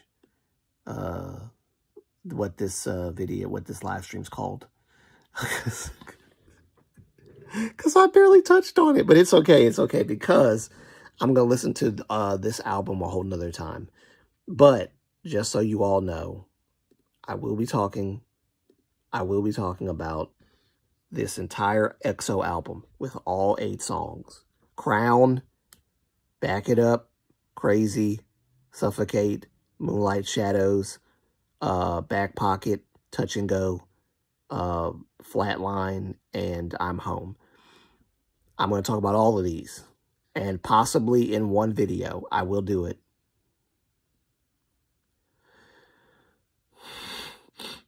Yes, me too. I wish that CBX's vocals were added. I wish too, because this is I have a lot of problems with the album itself. Like, it's not even just CBX, but CBX is a big part of it. CBX is a big part of it. I don't even know how I brought this up. Let me see. How do I take this off? Oh God, there we go. I feel like the songs are not that bad, but they're not like, I don't know. It just doesn't feel like EXO's style. EXO's style keeps changing. It's like it's supposed to be an evolution of their sound, but it's just like it's a totally different sound. So, I don't know, man. I feel conflicted about it. Like, some of the songs kind of sound like rejected NCT songs that they just kind of gave to EXO, and I don't know. Like Hollow. Oh, trust me, the songs would have been good if they added more. So, yeah, Super M, yes. The Crown sounds like a Super M song. Listen to Crown. It sounds like a Super M song for real. It really does. Again, as I said before, it sounds like a Super M song. It does. It really does. And I think that's probably why I don't like it, because it's like, it's funny because a lot of people were under the impression that Super M was actually created to mainly promote NCT 127 and Wavy. I don't believe that's entirely true, but a lot of people held to that belief for a long time. Well, they definitely don't know what they're doing with EXO. Like, with their older groups, they don't know. But then again, they don't really know what they're doing with Rise either. I feel like Rise, Sunghoon's gone. He's in a new group. It's like a trio group. I don't hear much about the trio group as I do about Rise. Rise's popularity is probably kind of gone a little bit down after the Sunghoon thing. I don't hear much about Rise either. I don't know if that's by design or if that's unintentional. Either way, I don't. A lot of groups seem to be getting like NCT sounding songs. So it's like everybody's style is starting to sound like NCT. And I'm not too hip about that. And then you've got EXO, who just came back with their, 8th album or so. And this is what we get. And again, I'm not knocking the songs entirely. I think the songs are okay. But I don't like that the only thing that makes the song an EXO song is that EXO members are singing it. That's about it. Anyone else could sing these songs and it would be their song, right? But what makes an EXO song is not simply that EXO singing it, and I think we all know that. So it's like, oh, here's a new album. I hope you guys are satisfied. Here you go. And then, you got people who are just like happy with whatever EXO comes out with. I'm just so glad that they came back. I'm just so glad. Oh yes, K-pop is popping now. Like, no, it's not. No, it's not. No, it's not. You're just happy because you're satisfied with whatever SM throws at you. You'll eat it up because it's EXO, and that's it. But like, CBX is missing. The music doesn't sound like EXO. Yes, Lay came back strong and his vocals are like awesome, which I've always said that I love Lay's vocals. Always.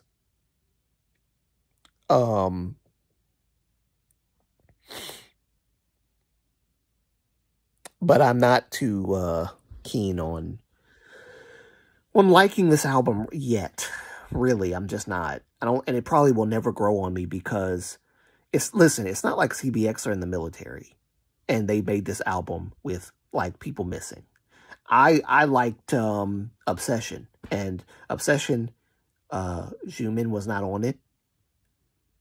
Dio was not on it, but everybody else was on it. And I liked it.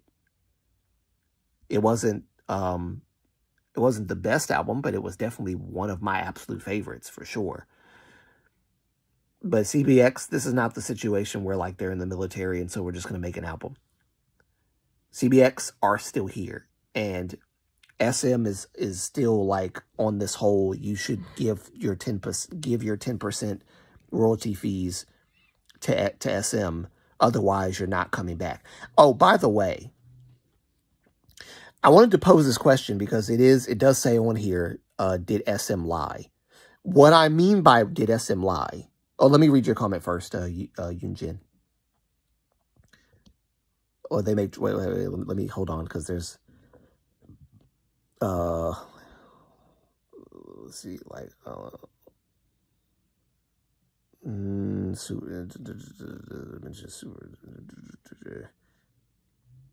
wasn't it created to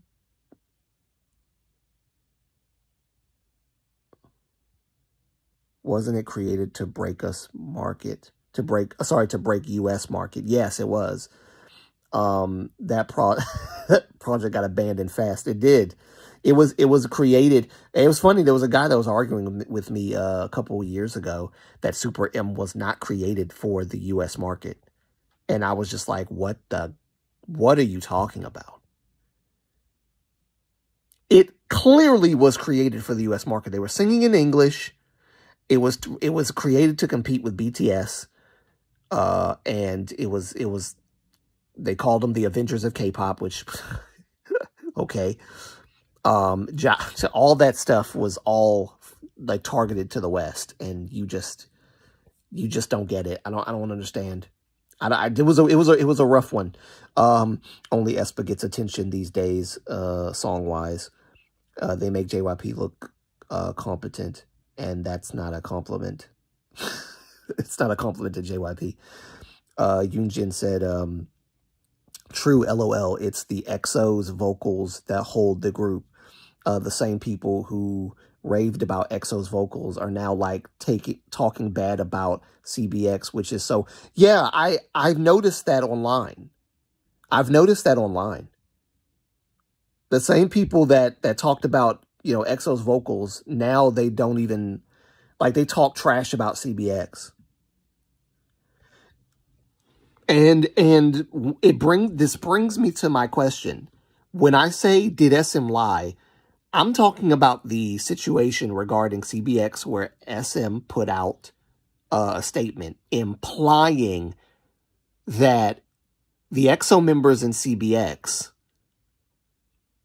are at odds with each other, right? There's like infighting or whatever, or they're not on one accord, they're not in agreement, right? What they said in the statement implies that there's bad blood between the EXO members. But there's a statement that CBX's side put out. I think their lawyer or whatever put out a statement saying that they want to return to EXO and do like the promotions and activities. So my question is, why would CBX, through their lawyer or legal team, make a statement saying that they want to return to the group when SM is claiming that the group is at odds with CBX? Why would CBX be willing to return to the group if what SM says is true? And this is why I believe SM's lying. And if people keep saying, oh, no, they're not lying. There's bad blood. Well, if Baekhyun, Jimin, and Shin didn't pay the 10% royalty fees and all that stuff, yeah, that would, no.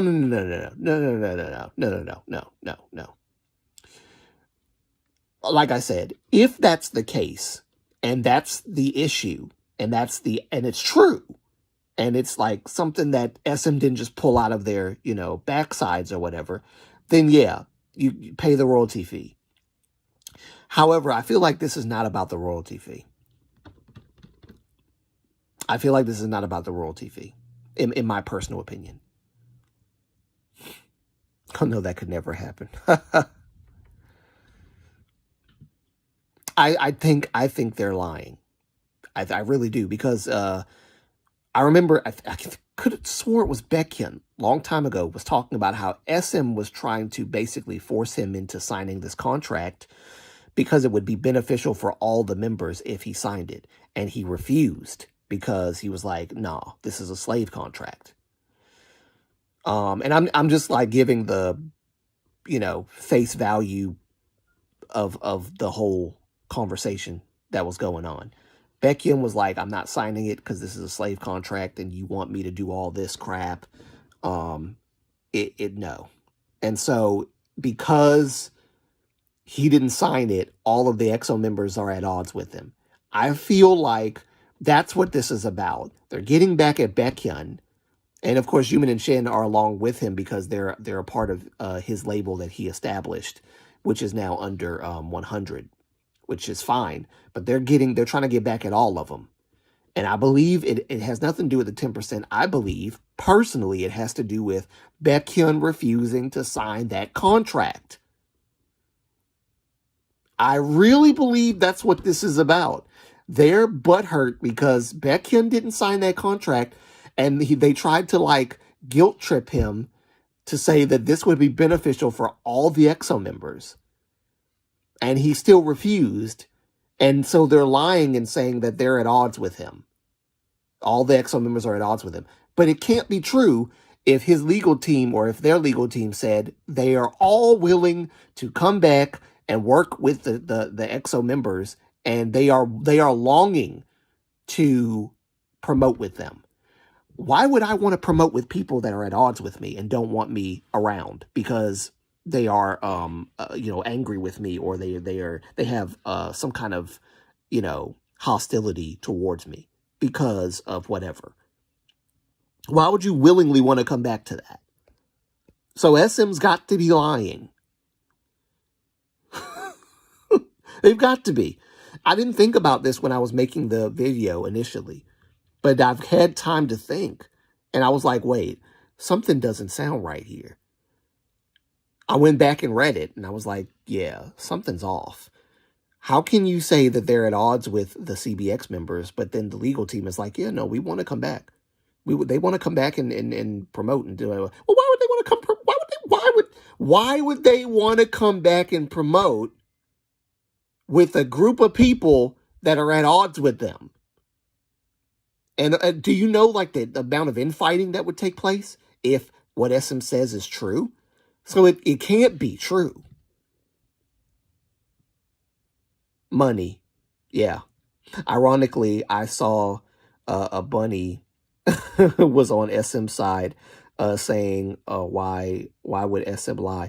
What? Why would SM lie? A bunny? First of all, I think it's kind of funny that a bunny would take a company side over the artists. That's the first funny part about that. Or I thought companies were dictatorial and evil and manipulative and all this other stuff. So now a bunny of all people, exactly. A bunny says, "Oh no, the company. Why would they lie? Okay, well, why would a door? Why would a door lie?" It's funny because going back to that for a moment, no one cared about Adora's involvement until New Jeans came against Adora. Now all of a sudden, it's Adora's fault, not just Bong Shi-hyuk and Hybe's fault. It's Adora's fault now. Adora was not implicated in anything until New Jeans opened their mouth in that live stream. All of a sudden, it's Adora. Well, actually, before that, Min Hee-jin, when she left, because she wasn't really fired, she left. They just took away her position as the creative director, gave her another job where she can still have the a certain freedom to do some stuff, and she still had pull and power, and she forsook it and left. If I can't be the girl's everything, then I'm not going to be anything. So she left. And of course now it's all Adora's fault. So Adora's been dragged into all this mess. Of course, there's other stuff that goes into that too. I ain't trying to cover that stuff anymore. Listen, I'm so over the New Jeans stuff now. I am over it. I don't care I care, but I don't care to cover it. I care to listen. I don't care to cover any of that stuff. I've had my time. I've had my time with New Jeans. Had my time. Danielle, I was going to actually cover Danielle's stuff, but I just like there's so many other people that's doing it, and they're doing it in a very, very good way. Like they're covering it like in awesomely. I don't need to cover it myself. I don't.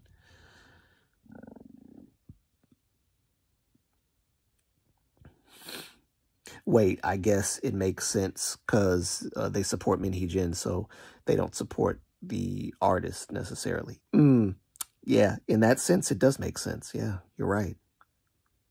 Yeah. I pressed them, and their argument was SM has advanced and Adore doesn't. Huh? What? That's not what? I don't know what that even means. They then blocked me when I asked for this evidence that wasn't just their statement. OMG, did you check the Min Hee Jin press conference? Y'all predicted it spot on. They are slowly turning against each other. Did you check the Min Hee Jin press conference? Oh, you mean where Min Hee Jin didn't show up, but her lawyer did? Yeah, they're all turning on each other. Yeah, it's everything that we've been saying was going to happen, possibly happen, is happening. It's interesting. I had a feeling this would happen.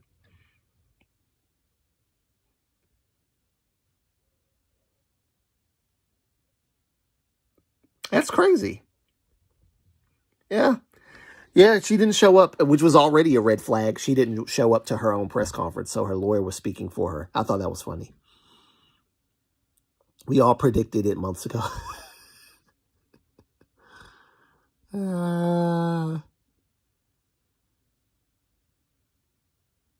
Crazy. It's crazy how that works.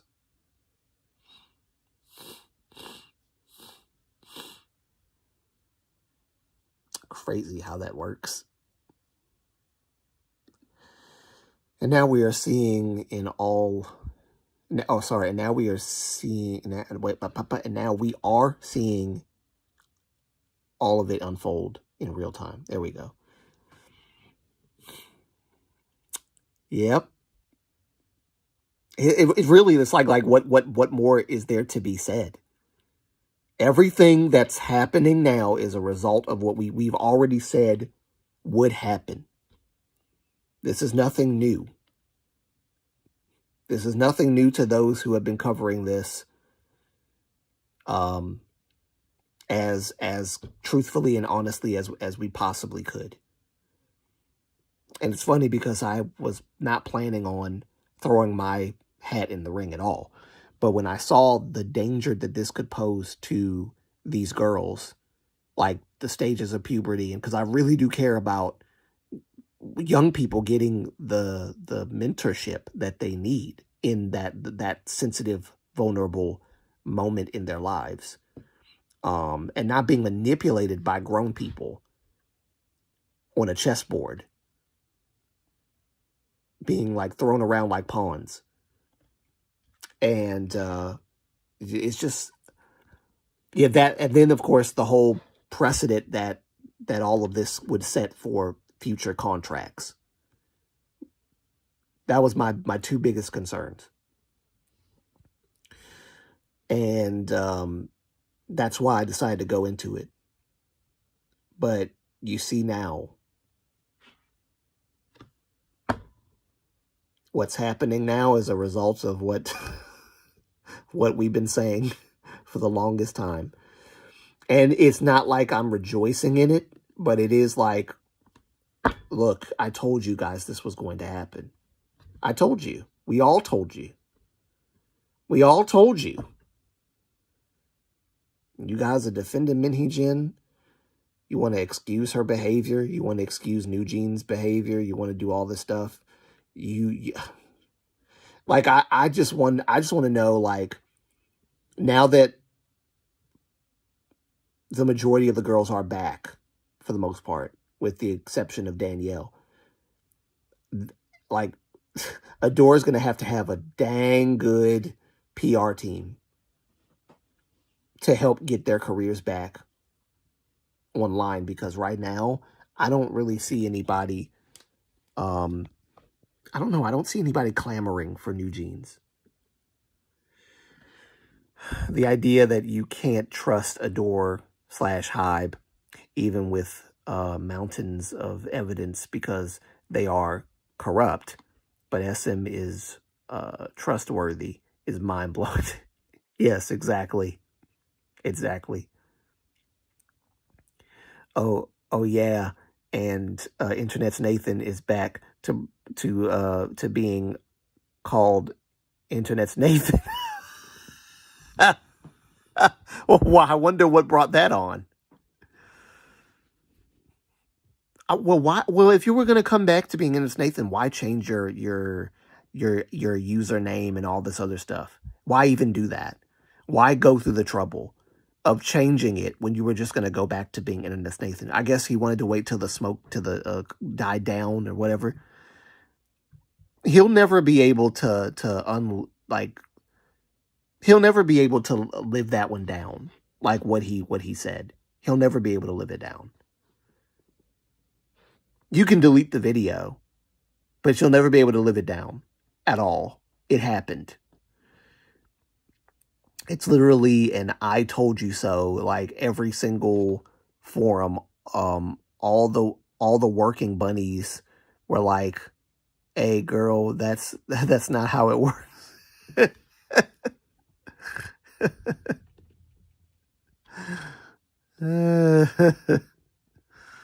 Sad.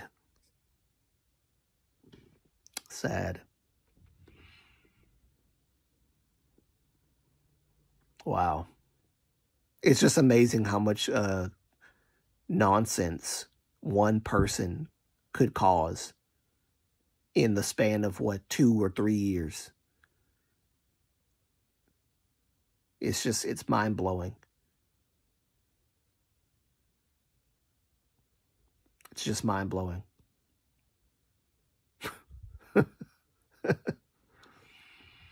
Wow. Yeah, I remember there was a live stream where I was I was talking about Bong Shi-hyuk, and people were saying, yeah, he deserved what he got for hiring her. And I said, well, that's not fair, because, like, how was he supposed to know? How was he supposed to know that she was like that if he had no proof that she was like that other than what happened when she was employed? So I was just like, yeah, it's almost like me hiring somebody and they, seem to be good and sweet and loving people, and they have like a great track record. They have like, their portfolio is so professional and so on point, and they've achieved so much with their career. How could I not hire them? And then I find out later on that they're crazy, psychotic nut jobs who want to take over my company. And then people are like, yeah, Moonlight, that you get what you deserve for hiring. I'm like, what? No, I didn't know. I didn't know. Internet's Nathan, misogyny is when you blame a man. Sorry, misogyny is when you blame a man for hiring a woman with a problematic history. Yes, right. Yes, exactly. Misogyny is when you blame, because that's basically what that comment was. The person was blaming Bong Shi-hyuk. At most, you can say he shouldn't have hired her because she had a weird track record of being obsessed with you. Yes, that's true. That's true. Bong Shi-hyuk, I feel like, should have known that. You know what I think? I think in South Korea it's easy to hide that kind of stuff behind concepts that appear to be innocent. I think that's why people didn't catch on initially to the NCT Wish. Sorry, not NCT Wish, NCT Dream concept that she did with the schoolboys having a crush on their teacher, which is highly inappropriate. The what was it, Red Velvet, I think it was, the stuff that with fetishizing like girlhood and making these girls look way more like I don't know. She made them look very young, like immature almost, inappropriately immature. Shiny with their Sherlock concept with like they were way too young to have their shirts off in a photo shoot, but she had them take their shirts off in a photo shoot. And the members, I don't think the members were comfortable with that. I don't think the members were comfortable with that at all. None of them were old enough to have that done, but she had that done because it's an obsession with boyhood, girlhood, trying to make it appealing or sexy, or you know what I mean? It's a fetish. It's a fetish. Well, how do you say that word? Fetishization. Fetishization, I think, of youth. But it's easy to disguise that in South Korea. It's very easy to do. That's why I don't think he knew even then. So they should have fired her the moment she wrote the song Cookie. Yeah, well, yeah, that's true. That's true. Take a lookie at my cookie. I don't even remember how the song goes entirely, but something about you can like lick it or something. Lick it or taste it. Was it taste it or something like that? You don't taste a photo, sorry, not a photo. You don't taste an album. You don't lick an album. An album, no. You don't lick it. It's about making music with the same love that you would have if you were making cookies. Oh, shut up. Oh, shut up. Oh, shut up. Ah, my Lord. The lyrics was, I have a taste for my cookie. Oh, have a taste of my cookie. There we go. Yeah, that doesn't sound like they're saying, here, taste my record. Like how? There's only one way where your mind is going to go. And then, of course, if your mind goes there, apparently you're the one with the problem and you're the one with the dirty mind. No, that's called gaslighting. It's called you trying to convince me that what I'm hearing is not really what I'm hearing. That's gaslighting 101. And y'all know Min Hee-jin is a master gaslighter.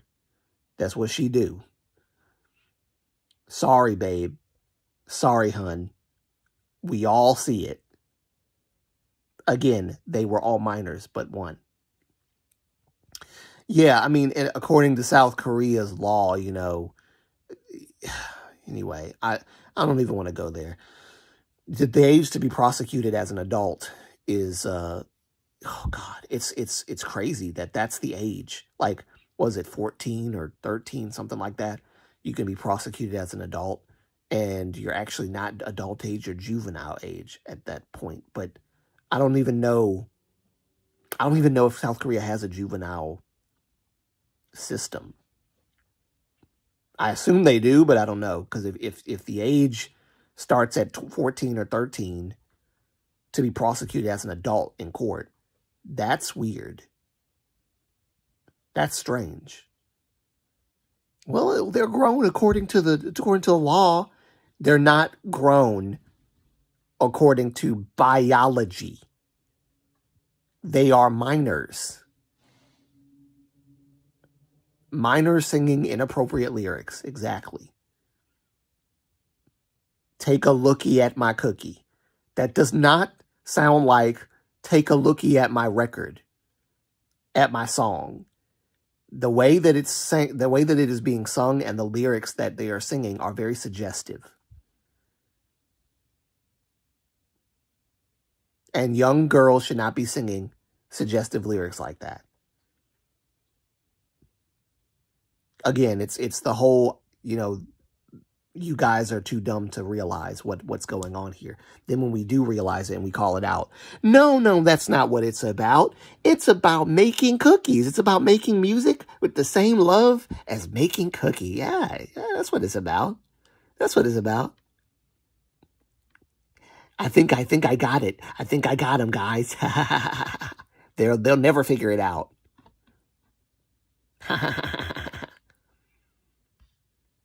Like, we're not stupid, lady. First, it was Danny, who was 17, I believe. Then Hayen, who was 14. Yeah. Yeah.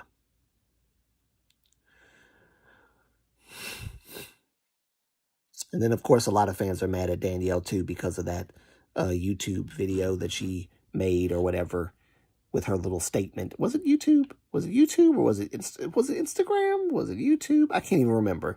She made a video basically talking about how she longed to see her fans and how together we will, endure this hardship. And I fought till the end. I fought so hard to be with the members. And then you find out that the date that video was released was the same, the date that the letter was released that she wrote was the same date that the 3 other members returned to Adore, meaning that she never intended on coming back. She never intended on coming back to the group. I fought to be with the girls. No, you didn't. No, you didn't. You planned this the whole time. I fought to be with the girls. What a lie. Thank you for your love and your support. And it was basically to play on the emotions of everybody, all the fans and all the people that are watching. It's emotional jargon. It's not, it has no substance. No, this is what's happening. Of course, she probably couldn't reveal a lot anyway because, legal team advised her probably not to say anything, which is a smart thing. However, that the people have still questions that you could not answer within that live stream in any capacity whatsoever, but instead appeal to emotion. It's very telling. Very telling.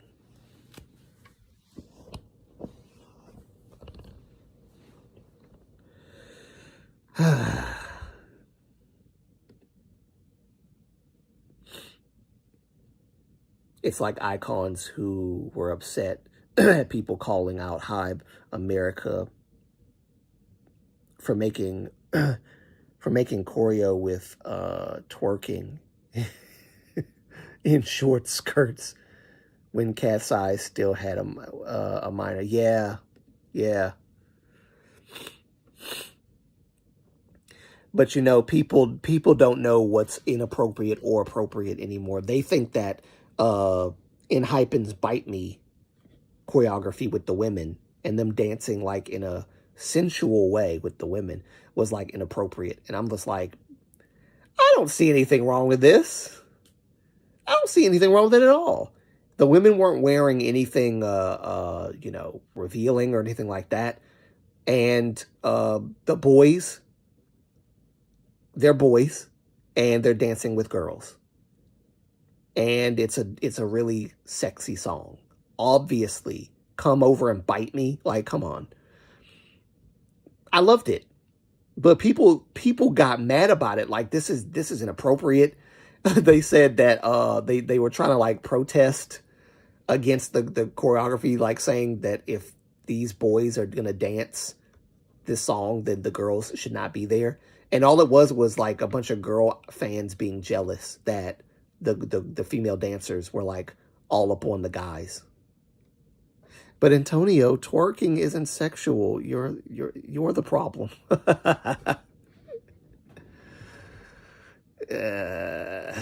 Yeah, right. That's what it is. All right, I'm really hungry. I'm really hungry. I think this is a perfect time. And Pachi's looking up at me now. Yep, I'm going to end the live stream.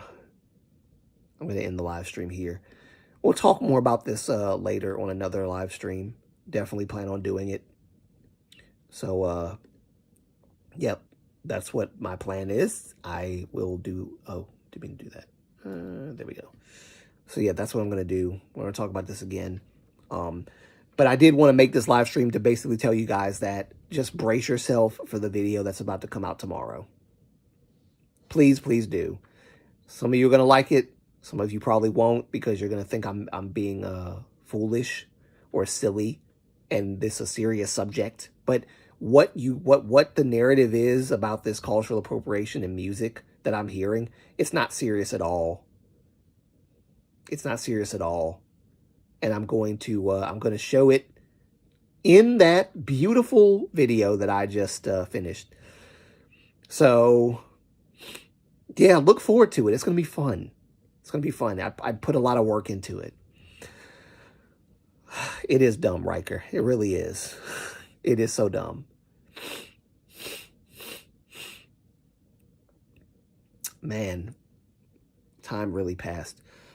All right. Let me get out of here. And I'm still recovering. I'm still not feeling 100% myself. So,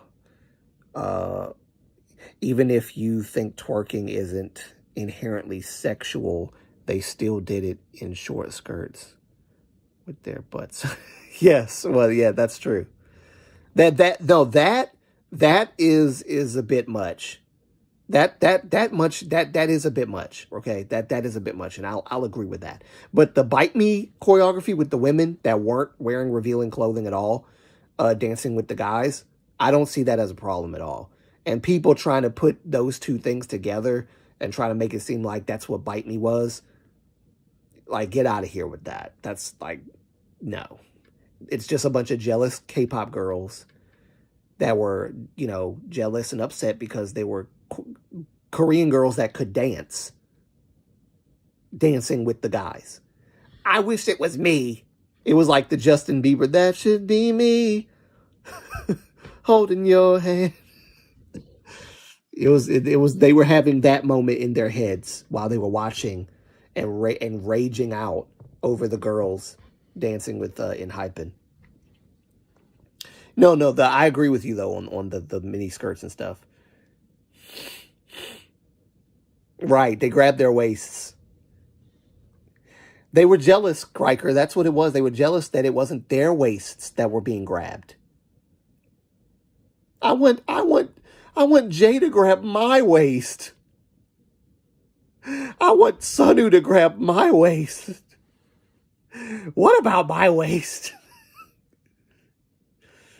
Yeah, it was basically them raging about that. Bite Me choreography was great, by the way. It's great. But those jealous girls, those jealous K-pop girls, getting mad because the girls that were dancing, they would, first of all, they're not choreographers, they're dancers. They're backup dancers. That's what they do. And you needed the girls in the choreography for the choreography to make sense. Otherwise, the guys are just grabbing air. Does that make any sense? Grabbing air? No, you want someone else to grab, an actual person. So you grab the waist of the girl and you do the dance. It's a great dance, but we're going to protest. We're going to send protest trucks and, you know, if the boys do the dance on the M Countdown, the girls can't be involved because we're triggered every time we see them dancing with our boys. And that's another product of parasocial relationships right there. Our boys. Yeah, okay. Right, sure. Great. The choreography is the choreography, okay?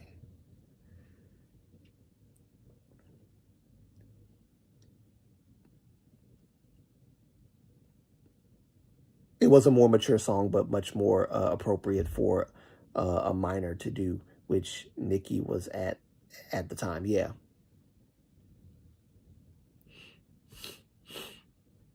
When I tell you people made such a fuss, and I just kept on harping on it and ragging on it every time. Every time I got a chance to bring it up.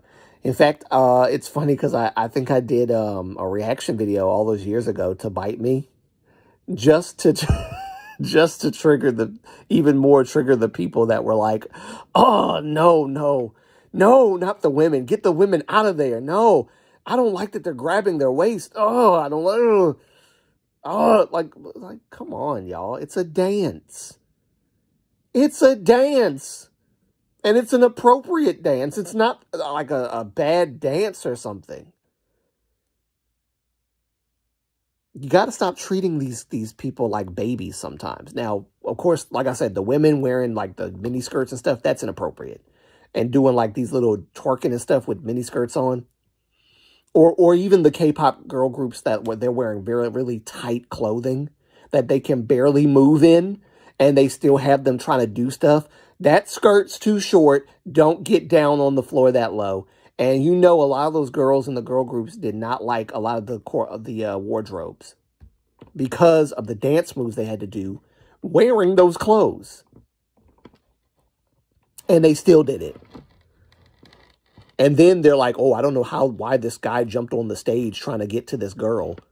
No, you guys helped that along. You guys helped facilitate that nonsense. Don't get all crazy acting when some crazy lunatic PDF file Ajishi jumps on the stage trying to grab at these girls wearing these suggestive clothing. It's your fault. You're part of the problem. A big part of the problem. Because y'all approved the wardrobe. It was really sweet seeing the members ask the girls if it was okay to touch their waists. It showed they were thoughtful. Yes, that's true. They did do that, which was very gentlemanlike. Very gentlemanlike. And I think that's a level of maturity that that you need to have as an idol when it comes to stuff like that. Like, even as a backup dancer, that they still felt that they needed to ask, hey, like, is it okay? Which I thought was just great. That's called professionalism. That's called being a professional. Being a professional and being a gentleman.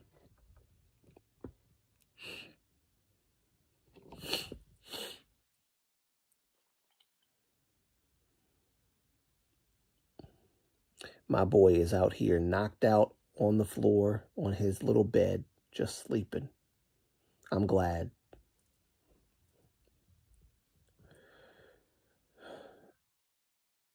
Of course, he's going to want to jump on my bed after it's over, but for now, I can dig it. It's nice and quiet, calming, and peaceful.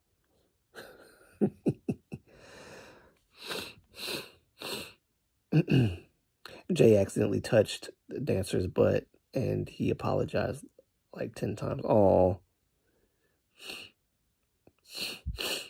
I mean, the dance is a bit hard to keep up with, you know, the dancers every time. So I'm sure it was an honest mistake. It's the accidents happen, you know. But at least he apologized. It wasn't like intentional.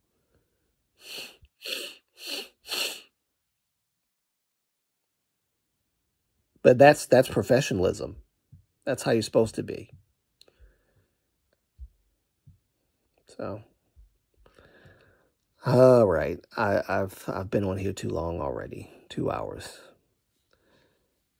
All right. Let me get off of here for real. Yeah. Thank you guys so much for coming. Thank you to Riker. Of course, she laughed. She laughed it off. It was so funny. Yeah. Hey, I'm sure part of her probably didn't even mind. You know what I mean? She probably didn't even completely mind it. You know, Jay touched my butt. You know, that was, you apologize, but you know, a part of me kind of wanted it. You know what I mean? I was like, yeah, come over and bite me. You know. Anyway, Hey, it was great. It was fun. I like the choreography. Like I said, it was great.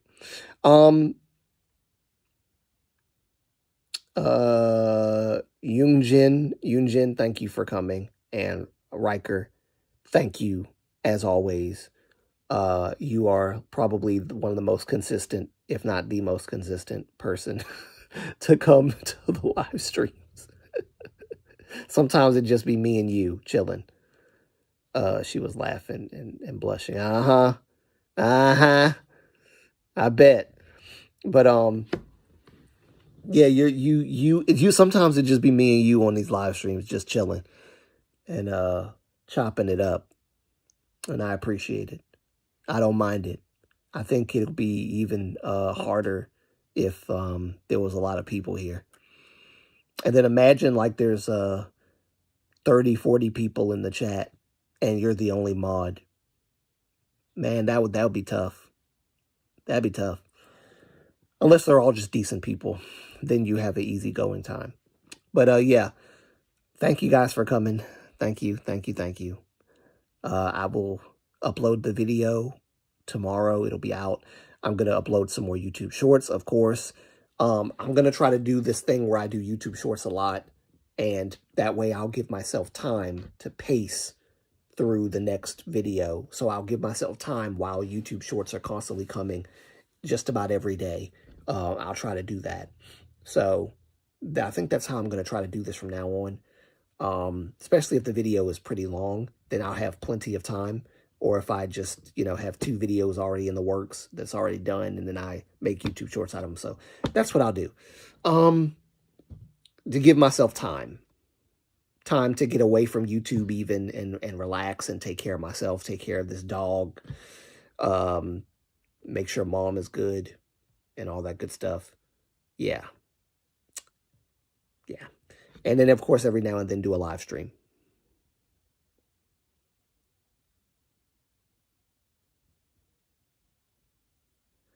And Jay was bowing.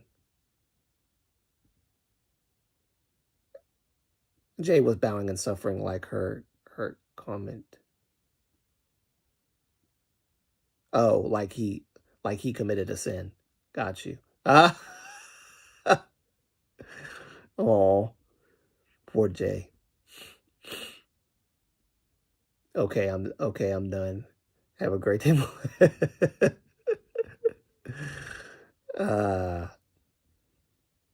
That's how you do it, being a professional.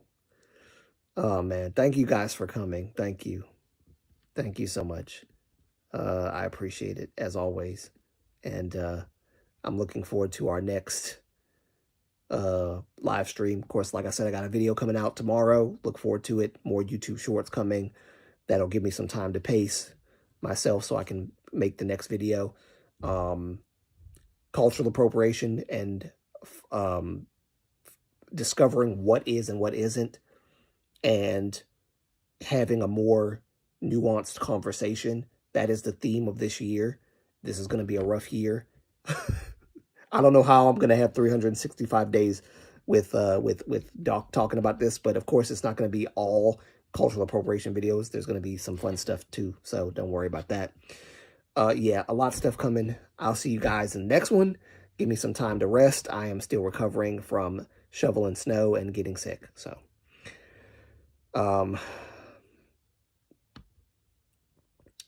bro, between you and myself, I think I distract myself far more than you ever could. I distract myself far more than you ever could, trust me. I will say that I'm getting off, and I'm still not getting off because I talk too much. Oh wait, what? Oh wait, what?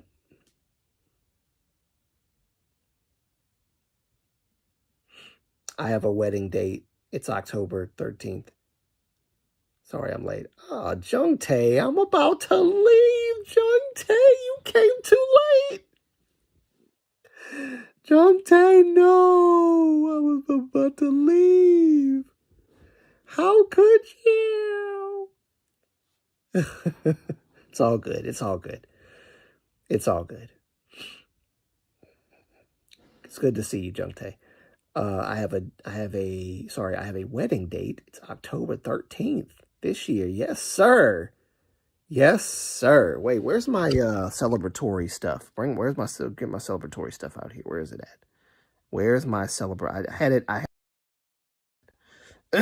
Where's my celebratory stuff? Text for chat. That's not it. That's not it at all. Where's my I just had all my celebratory. I don't see it anymore. I had it, now it's gone. Where is it? Nope, that's not it either. I did it before, but now I don't see it. It sucks. Nope. Oh man. I don't remember where I put the. Oh, here it is. Here we go. Celebratory. Yay. There we go. Congratulations. Has a date been set? A date has been set. Ooh. Yay. With no sound.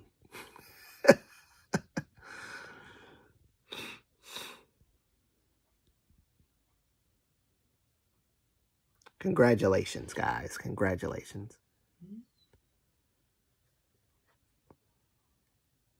In the fall.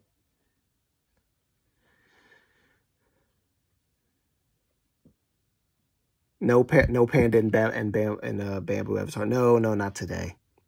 Not today. Not today. Maybe I'll bring them back next stream. Or I might do a drawing stream where you guys get to see me drawing, doing art. So you might not have to see him at all.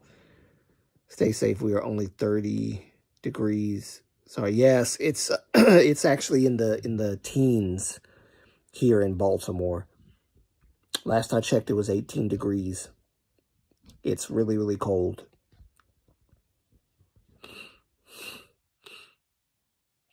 Yeah, we had a pretty bad one.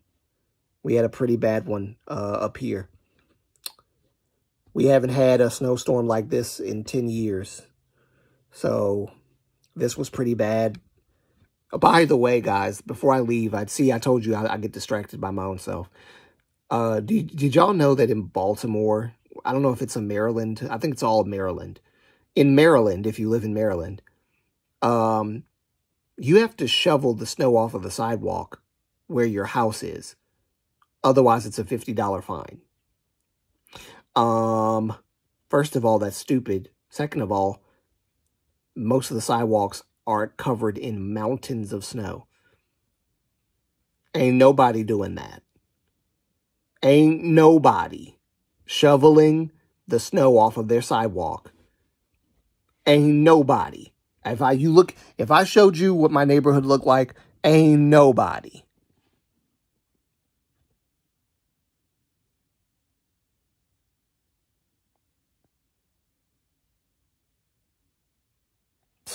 Crazy. So I guess we just gonna get fined.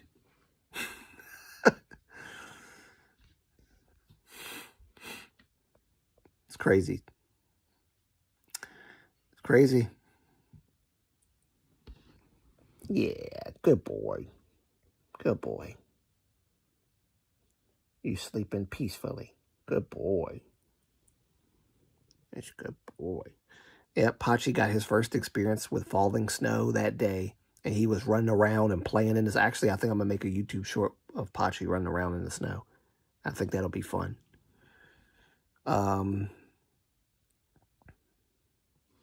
Okay, Riker, leave your wedding details. Don't you start that biting. Don't you start that biting. You better chill. Okay, Riker, leave your wedding details with Moonlight and where you are requested. Registered, sorry. Can't read today. So we can send you gifts. Oh, yeah, that would be great.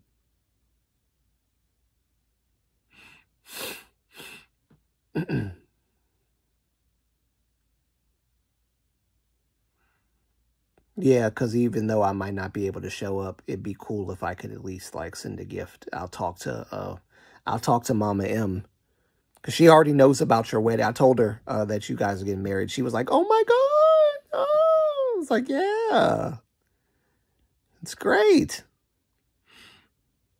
So yeah, that would be great to send you gifts as a moon-based community. That's great. I would love to do that. I would love to do that. If that is possible, I would love to do it. It'd be great. My mom would so love it too. She'd love to help me do it. Yeah, Moonlight, we can go together on gifts if you want. Yeah, I'll talk to mom and see because I'm a broke guy. I'm broke, but I'll talk to mom and see what we can do together, and then I guess we can hit each other up on Instagram and hash out the details what we can do. I did not give you permission to get on my bed, dude. I did not give you permission to get on my bed. No, I did not. Oh, yeah, the fiance says hi. Oh, hi, fiance. Oh, my goodness.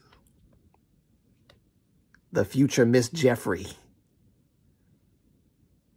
So I'm talking about.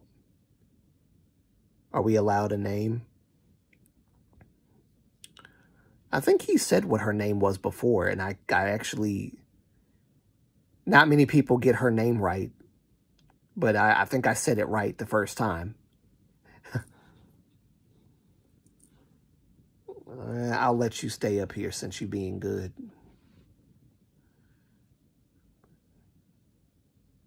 Her birth name or English name?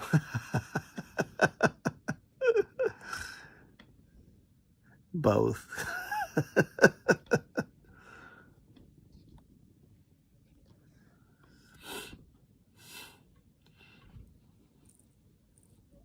Actually, wait, can I actually change it to the panda? Let me see.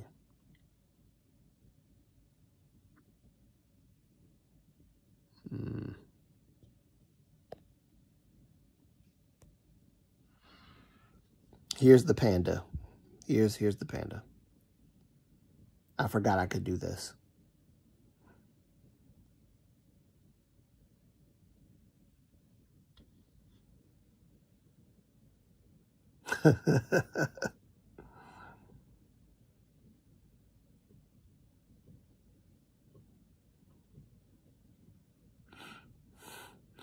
It's Miss R. Jeffrey.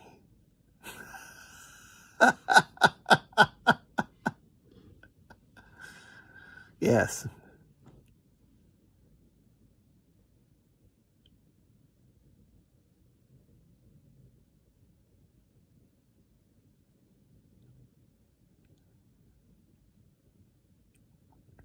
She goes by Katie. Oh, that's cute. I didn't know about that. I just knew about her. I knew about the other name.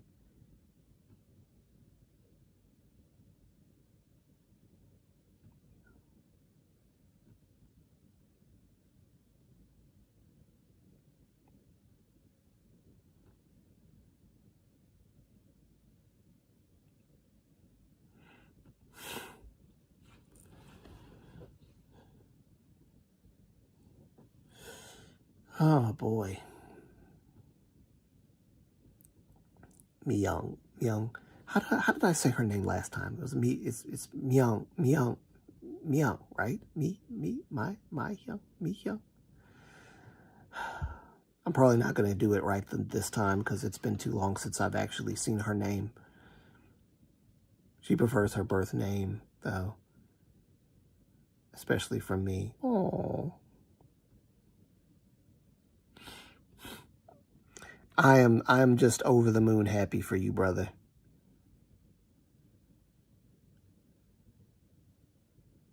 She cringes every time I call her Katie.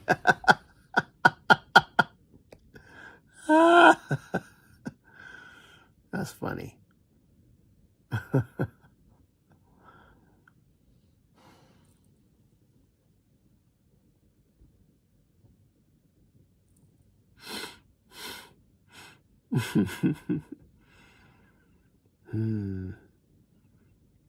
My husband prefers to call me by my Chinese name as well.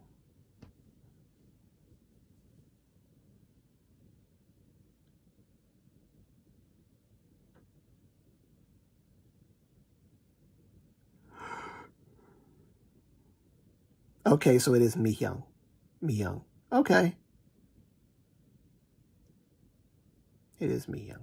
Hey. I remember I got it right the first time I said it. And I think you said that people keep saying my Hyung.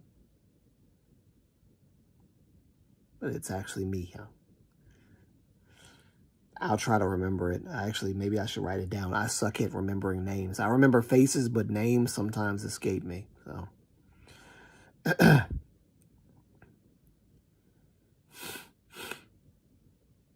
I was literally thinking the same thing. Like, are you Chinese, or are you saying that that's your Chinese name? Full on Han Chinese. Oh, wow. Full on Han Chinese. You mean like from the Han Dynasty?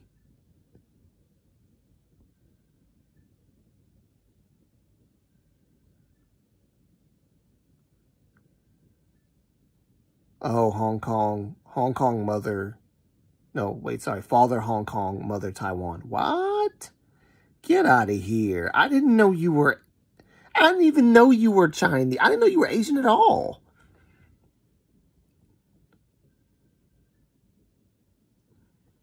My father traced our ancestry.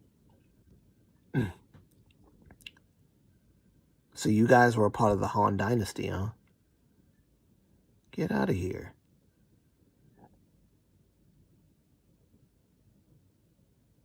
Married to a super white guy.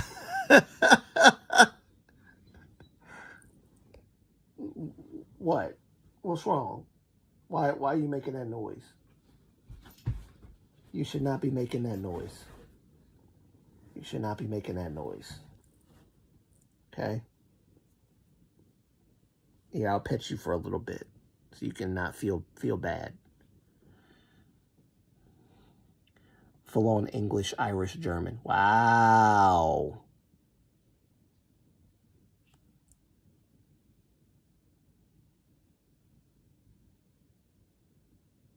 So he's shockingly Caucasian.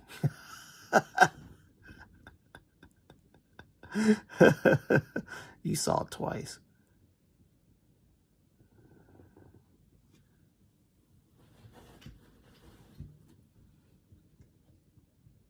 All of twice. Or just a few members.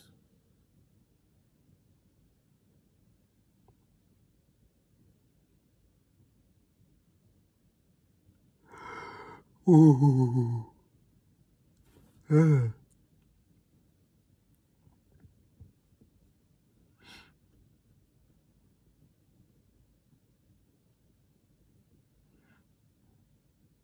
I would rather meet twice than BP.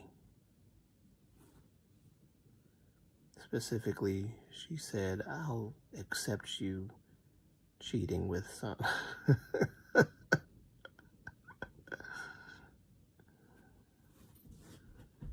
As a joke. Of course. It better be a joke.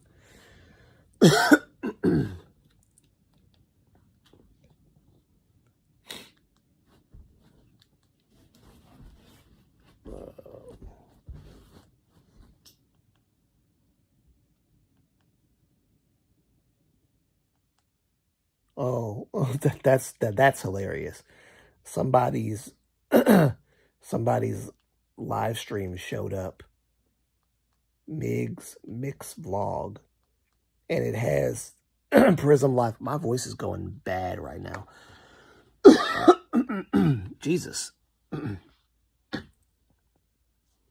Yeah. Yeah. That's my boy. That's my boy. That's a good boy. Yes, you are. It's a good boy. I missed out on BTS tickets.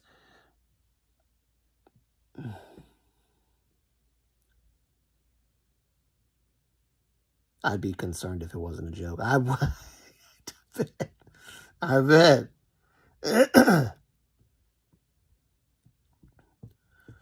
I'm really excited for BTS coming back too. Very excited. I think a lot of people are excited. Korea's saying it's a national, it's a national, I can't remember exactly the word. It's like a national treasure or whatever. Like everybody's anticipating it. I'm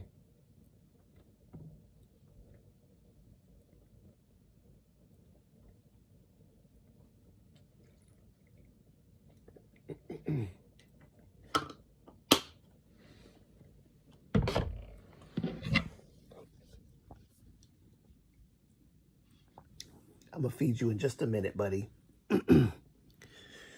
Yeah, I'm gonna make a community post and show you guys what I worked on. I just called her Katie and she gave me the look.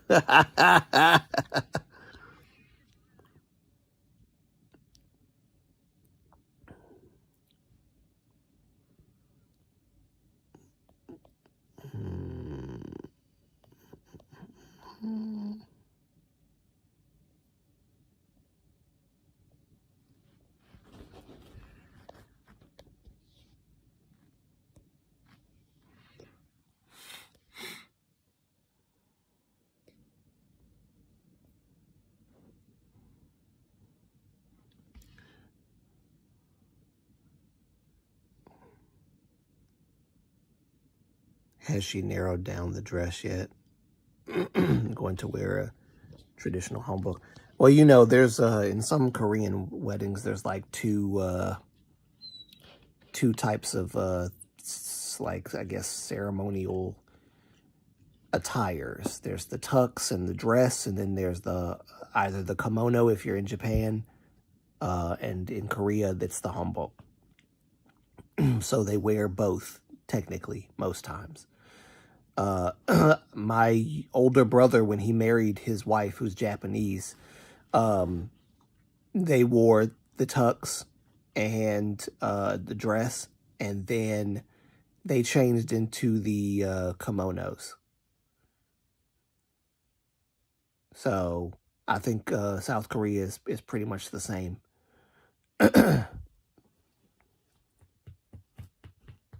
Yeah, there you go, buddy. There you go. There you go. Yeah. This is cute. This is cute. Kimonos are they are very beautiful. One day I'll show you guys a picture of my older brother and his wife in their wedding outfits and their kimonos.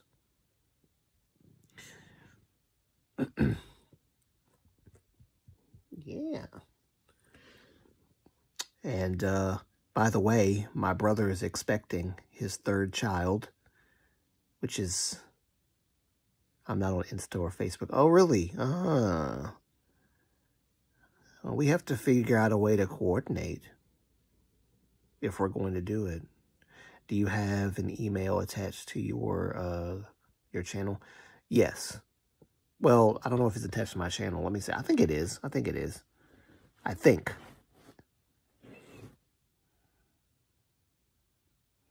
it is. Hold on. Let me make sure. Because I might think it is, and then it's not. You hungry? You want to eat? You hungry, buddy? You want some food? Oh, I see the tail wagging. You want some food? Is the Pachipoo hungry? Oh, yeah, he's a hungry boy.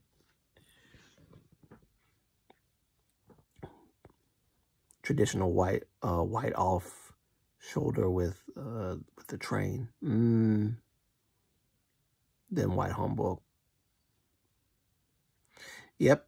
We don't know if it's a boy or girl yet, so waiting for that. But I'm very. My brother wants a boy. He has two girls already, Jasmine and Celine. And oh god, Celine is just adorable. She's so adorable. She can't talk yet. She can kind of say her ABCs, but it's very like, you know, she doesn't speak perfect English or Japanese. Of course, she's still too young. I think she's like a year old. And then, of course, my other niece, Jasmine, she just turned 7. Cute as can be, and mischievous, and has a mouth on her just like her father. She don't know the things I know about her father. Oh boy. But yep, sister-in-law and my brother are expecting, and I'm very happy for them. My guess, white off shoulder with train and long veil with her hair up.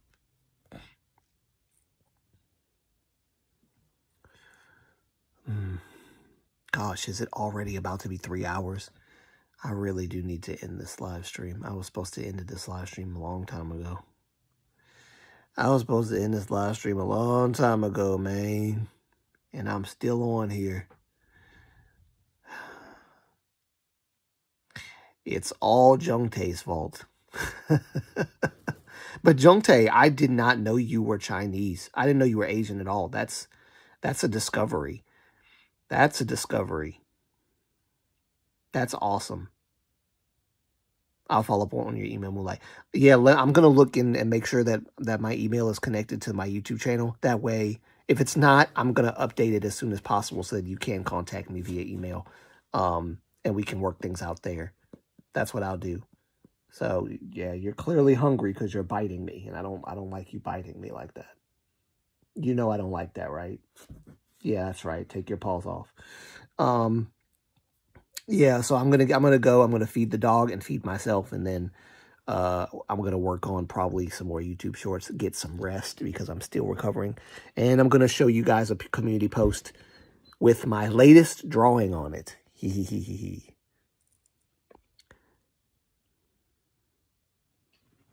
Translucent. Wait, I'm white as a ghost, whiter than my husband. I'm like translucent. All right. Yeah, I have a lot of plans for this year. I hope that I can accomplish at least some of them. So I'll talk about more of that later, but thank you guys for coming. I appreciate it. Thank you so much. I appreciate you guys spending what time you have with me. It means a lot.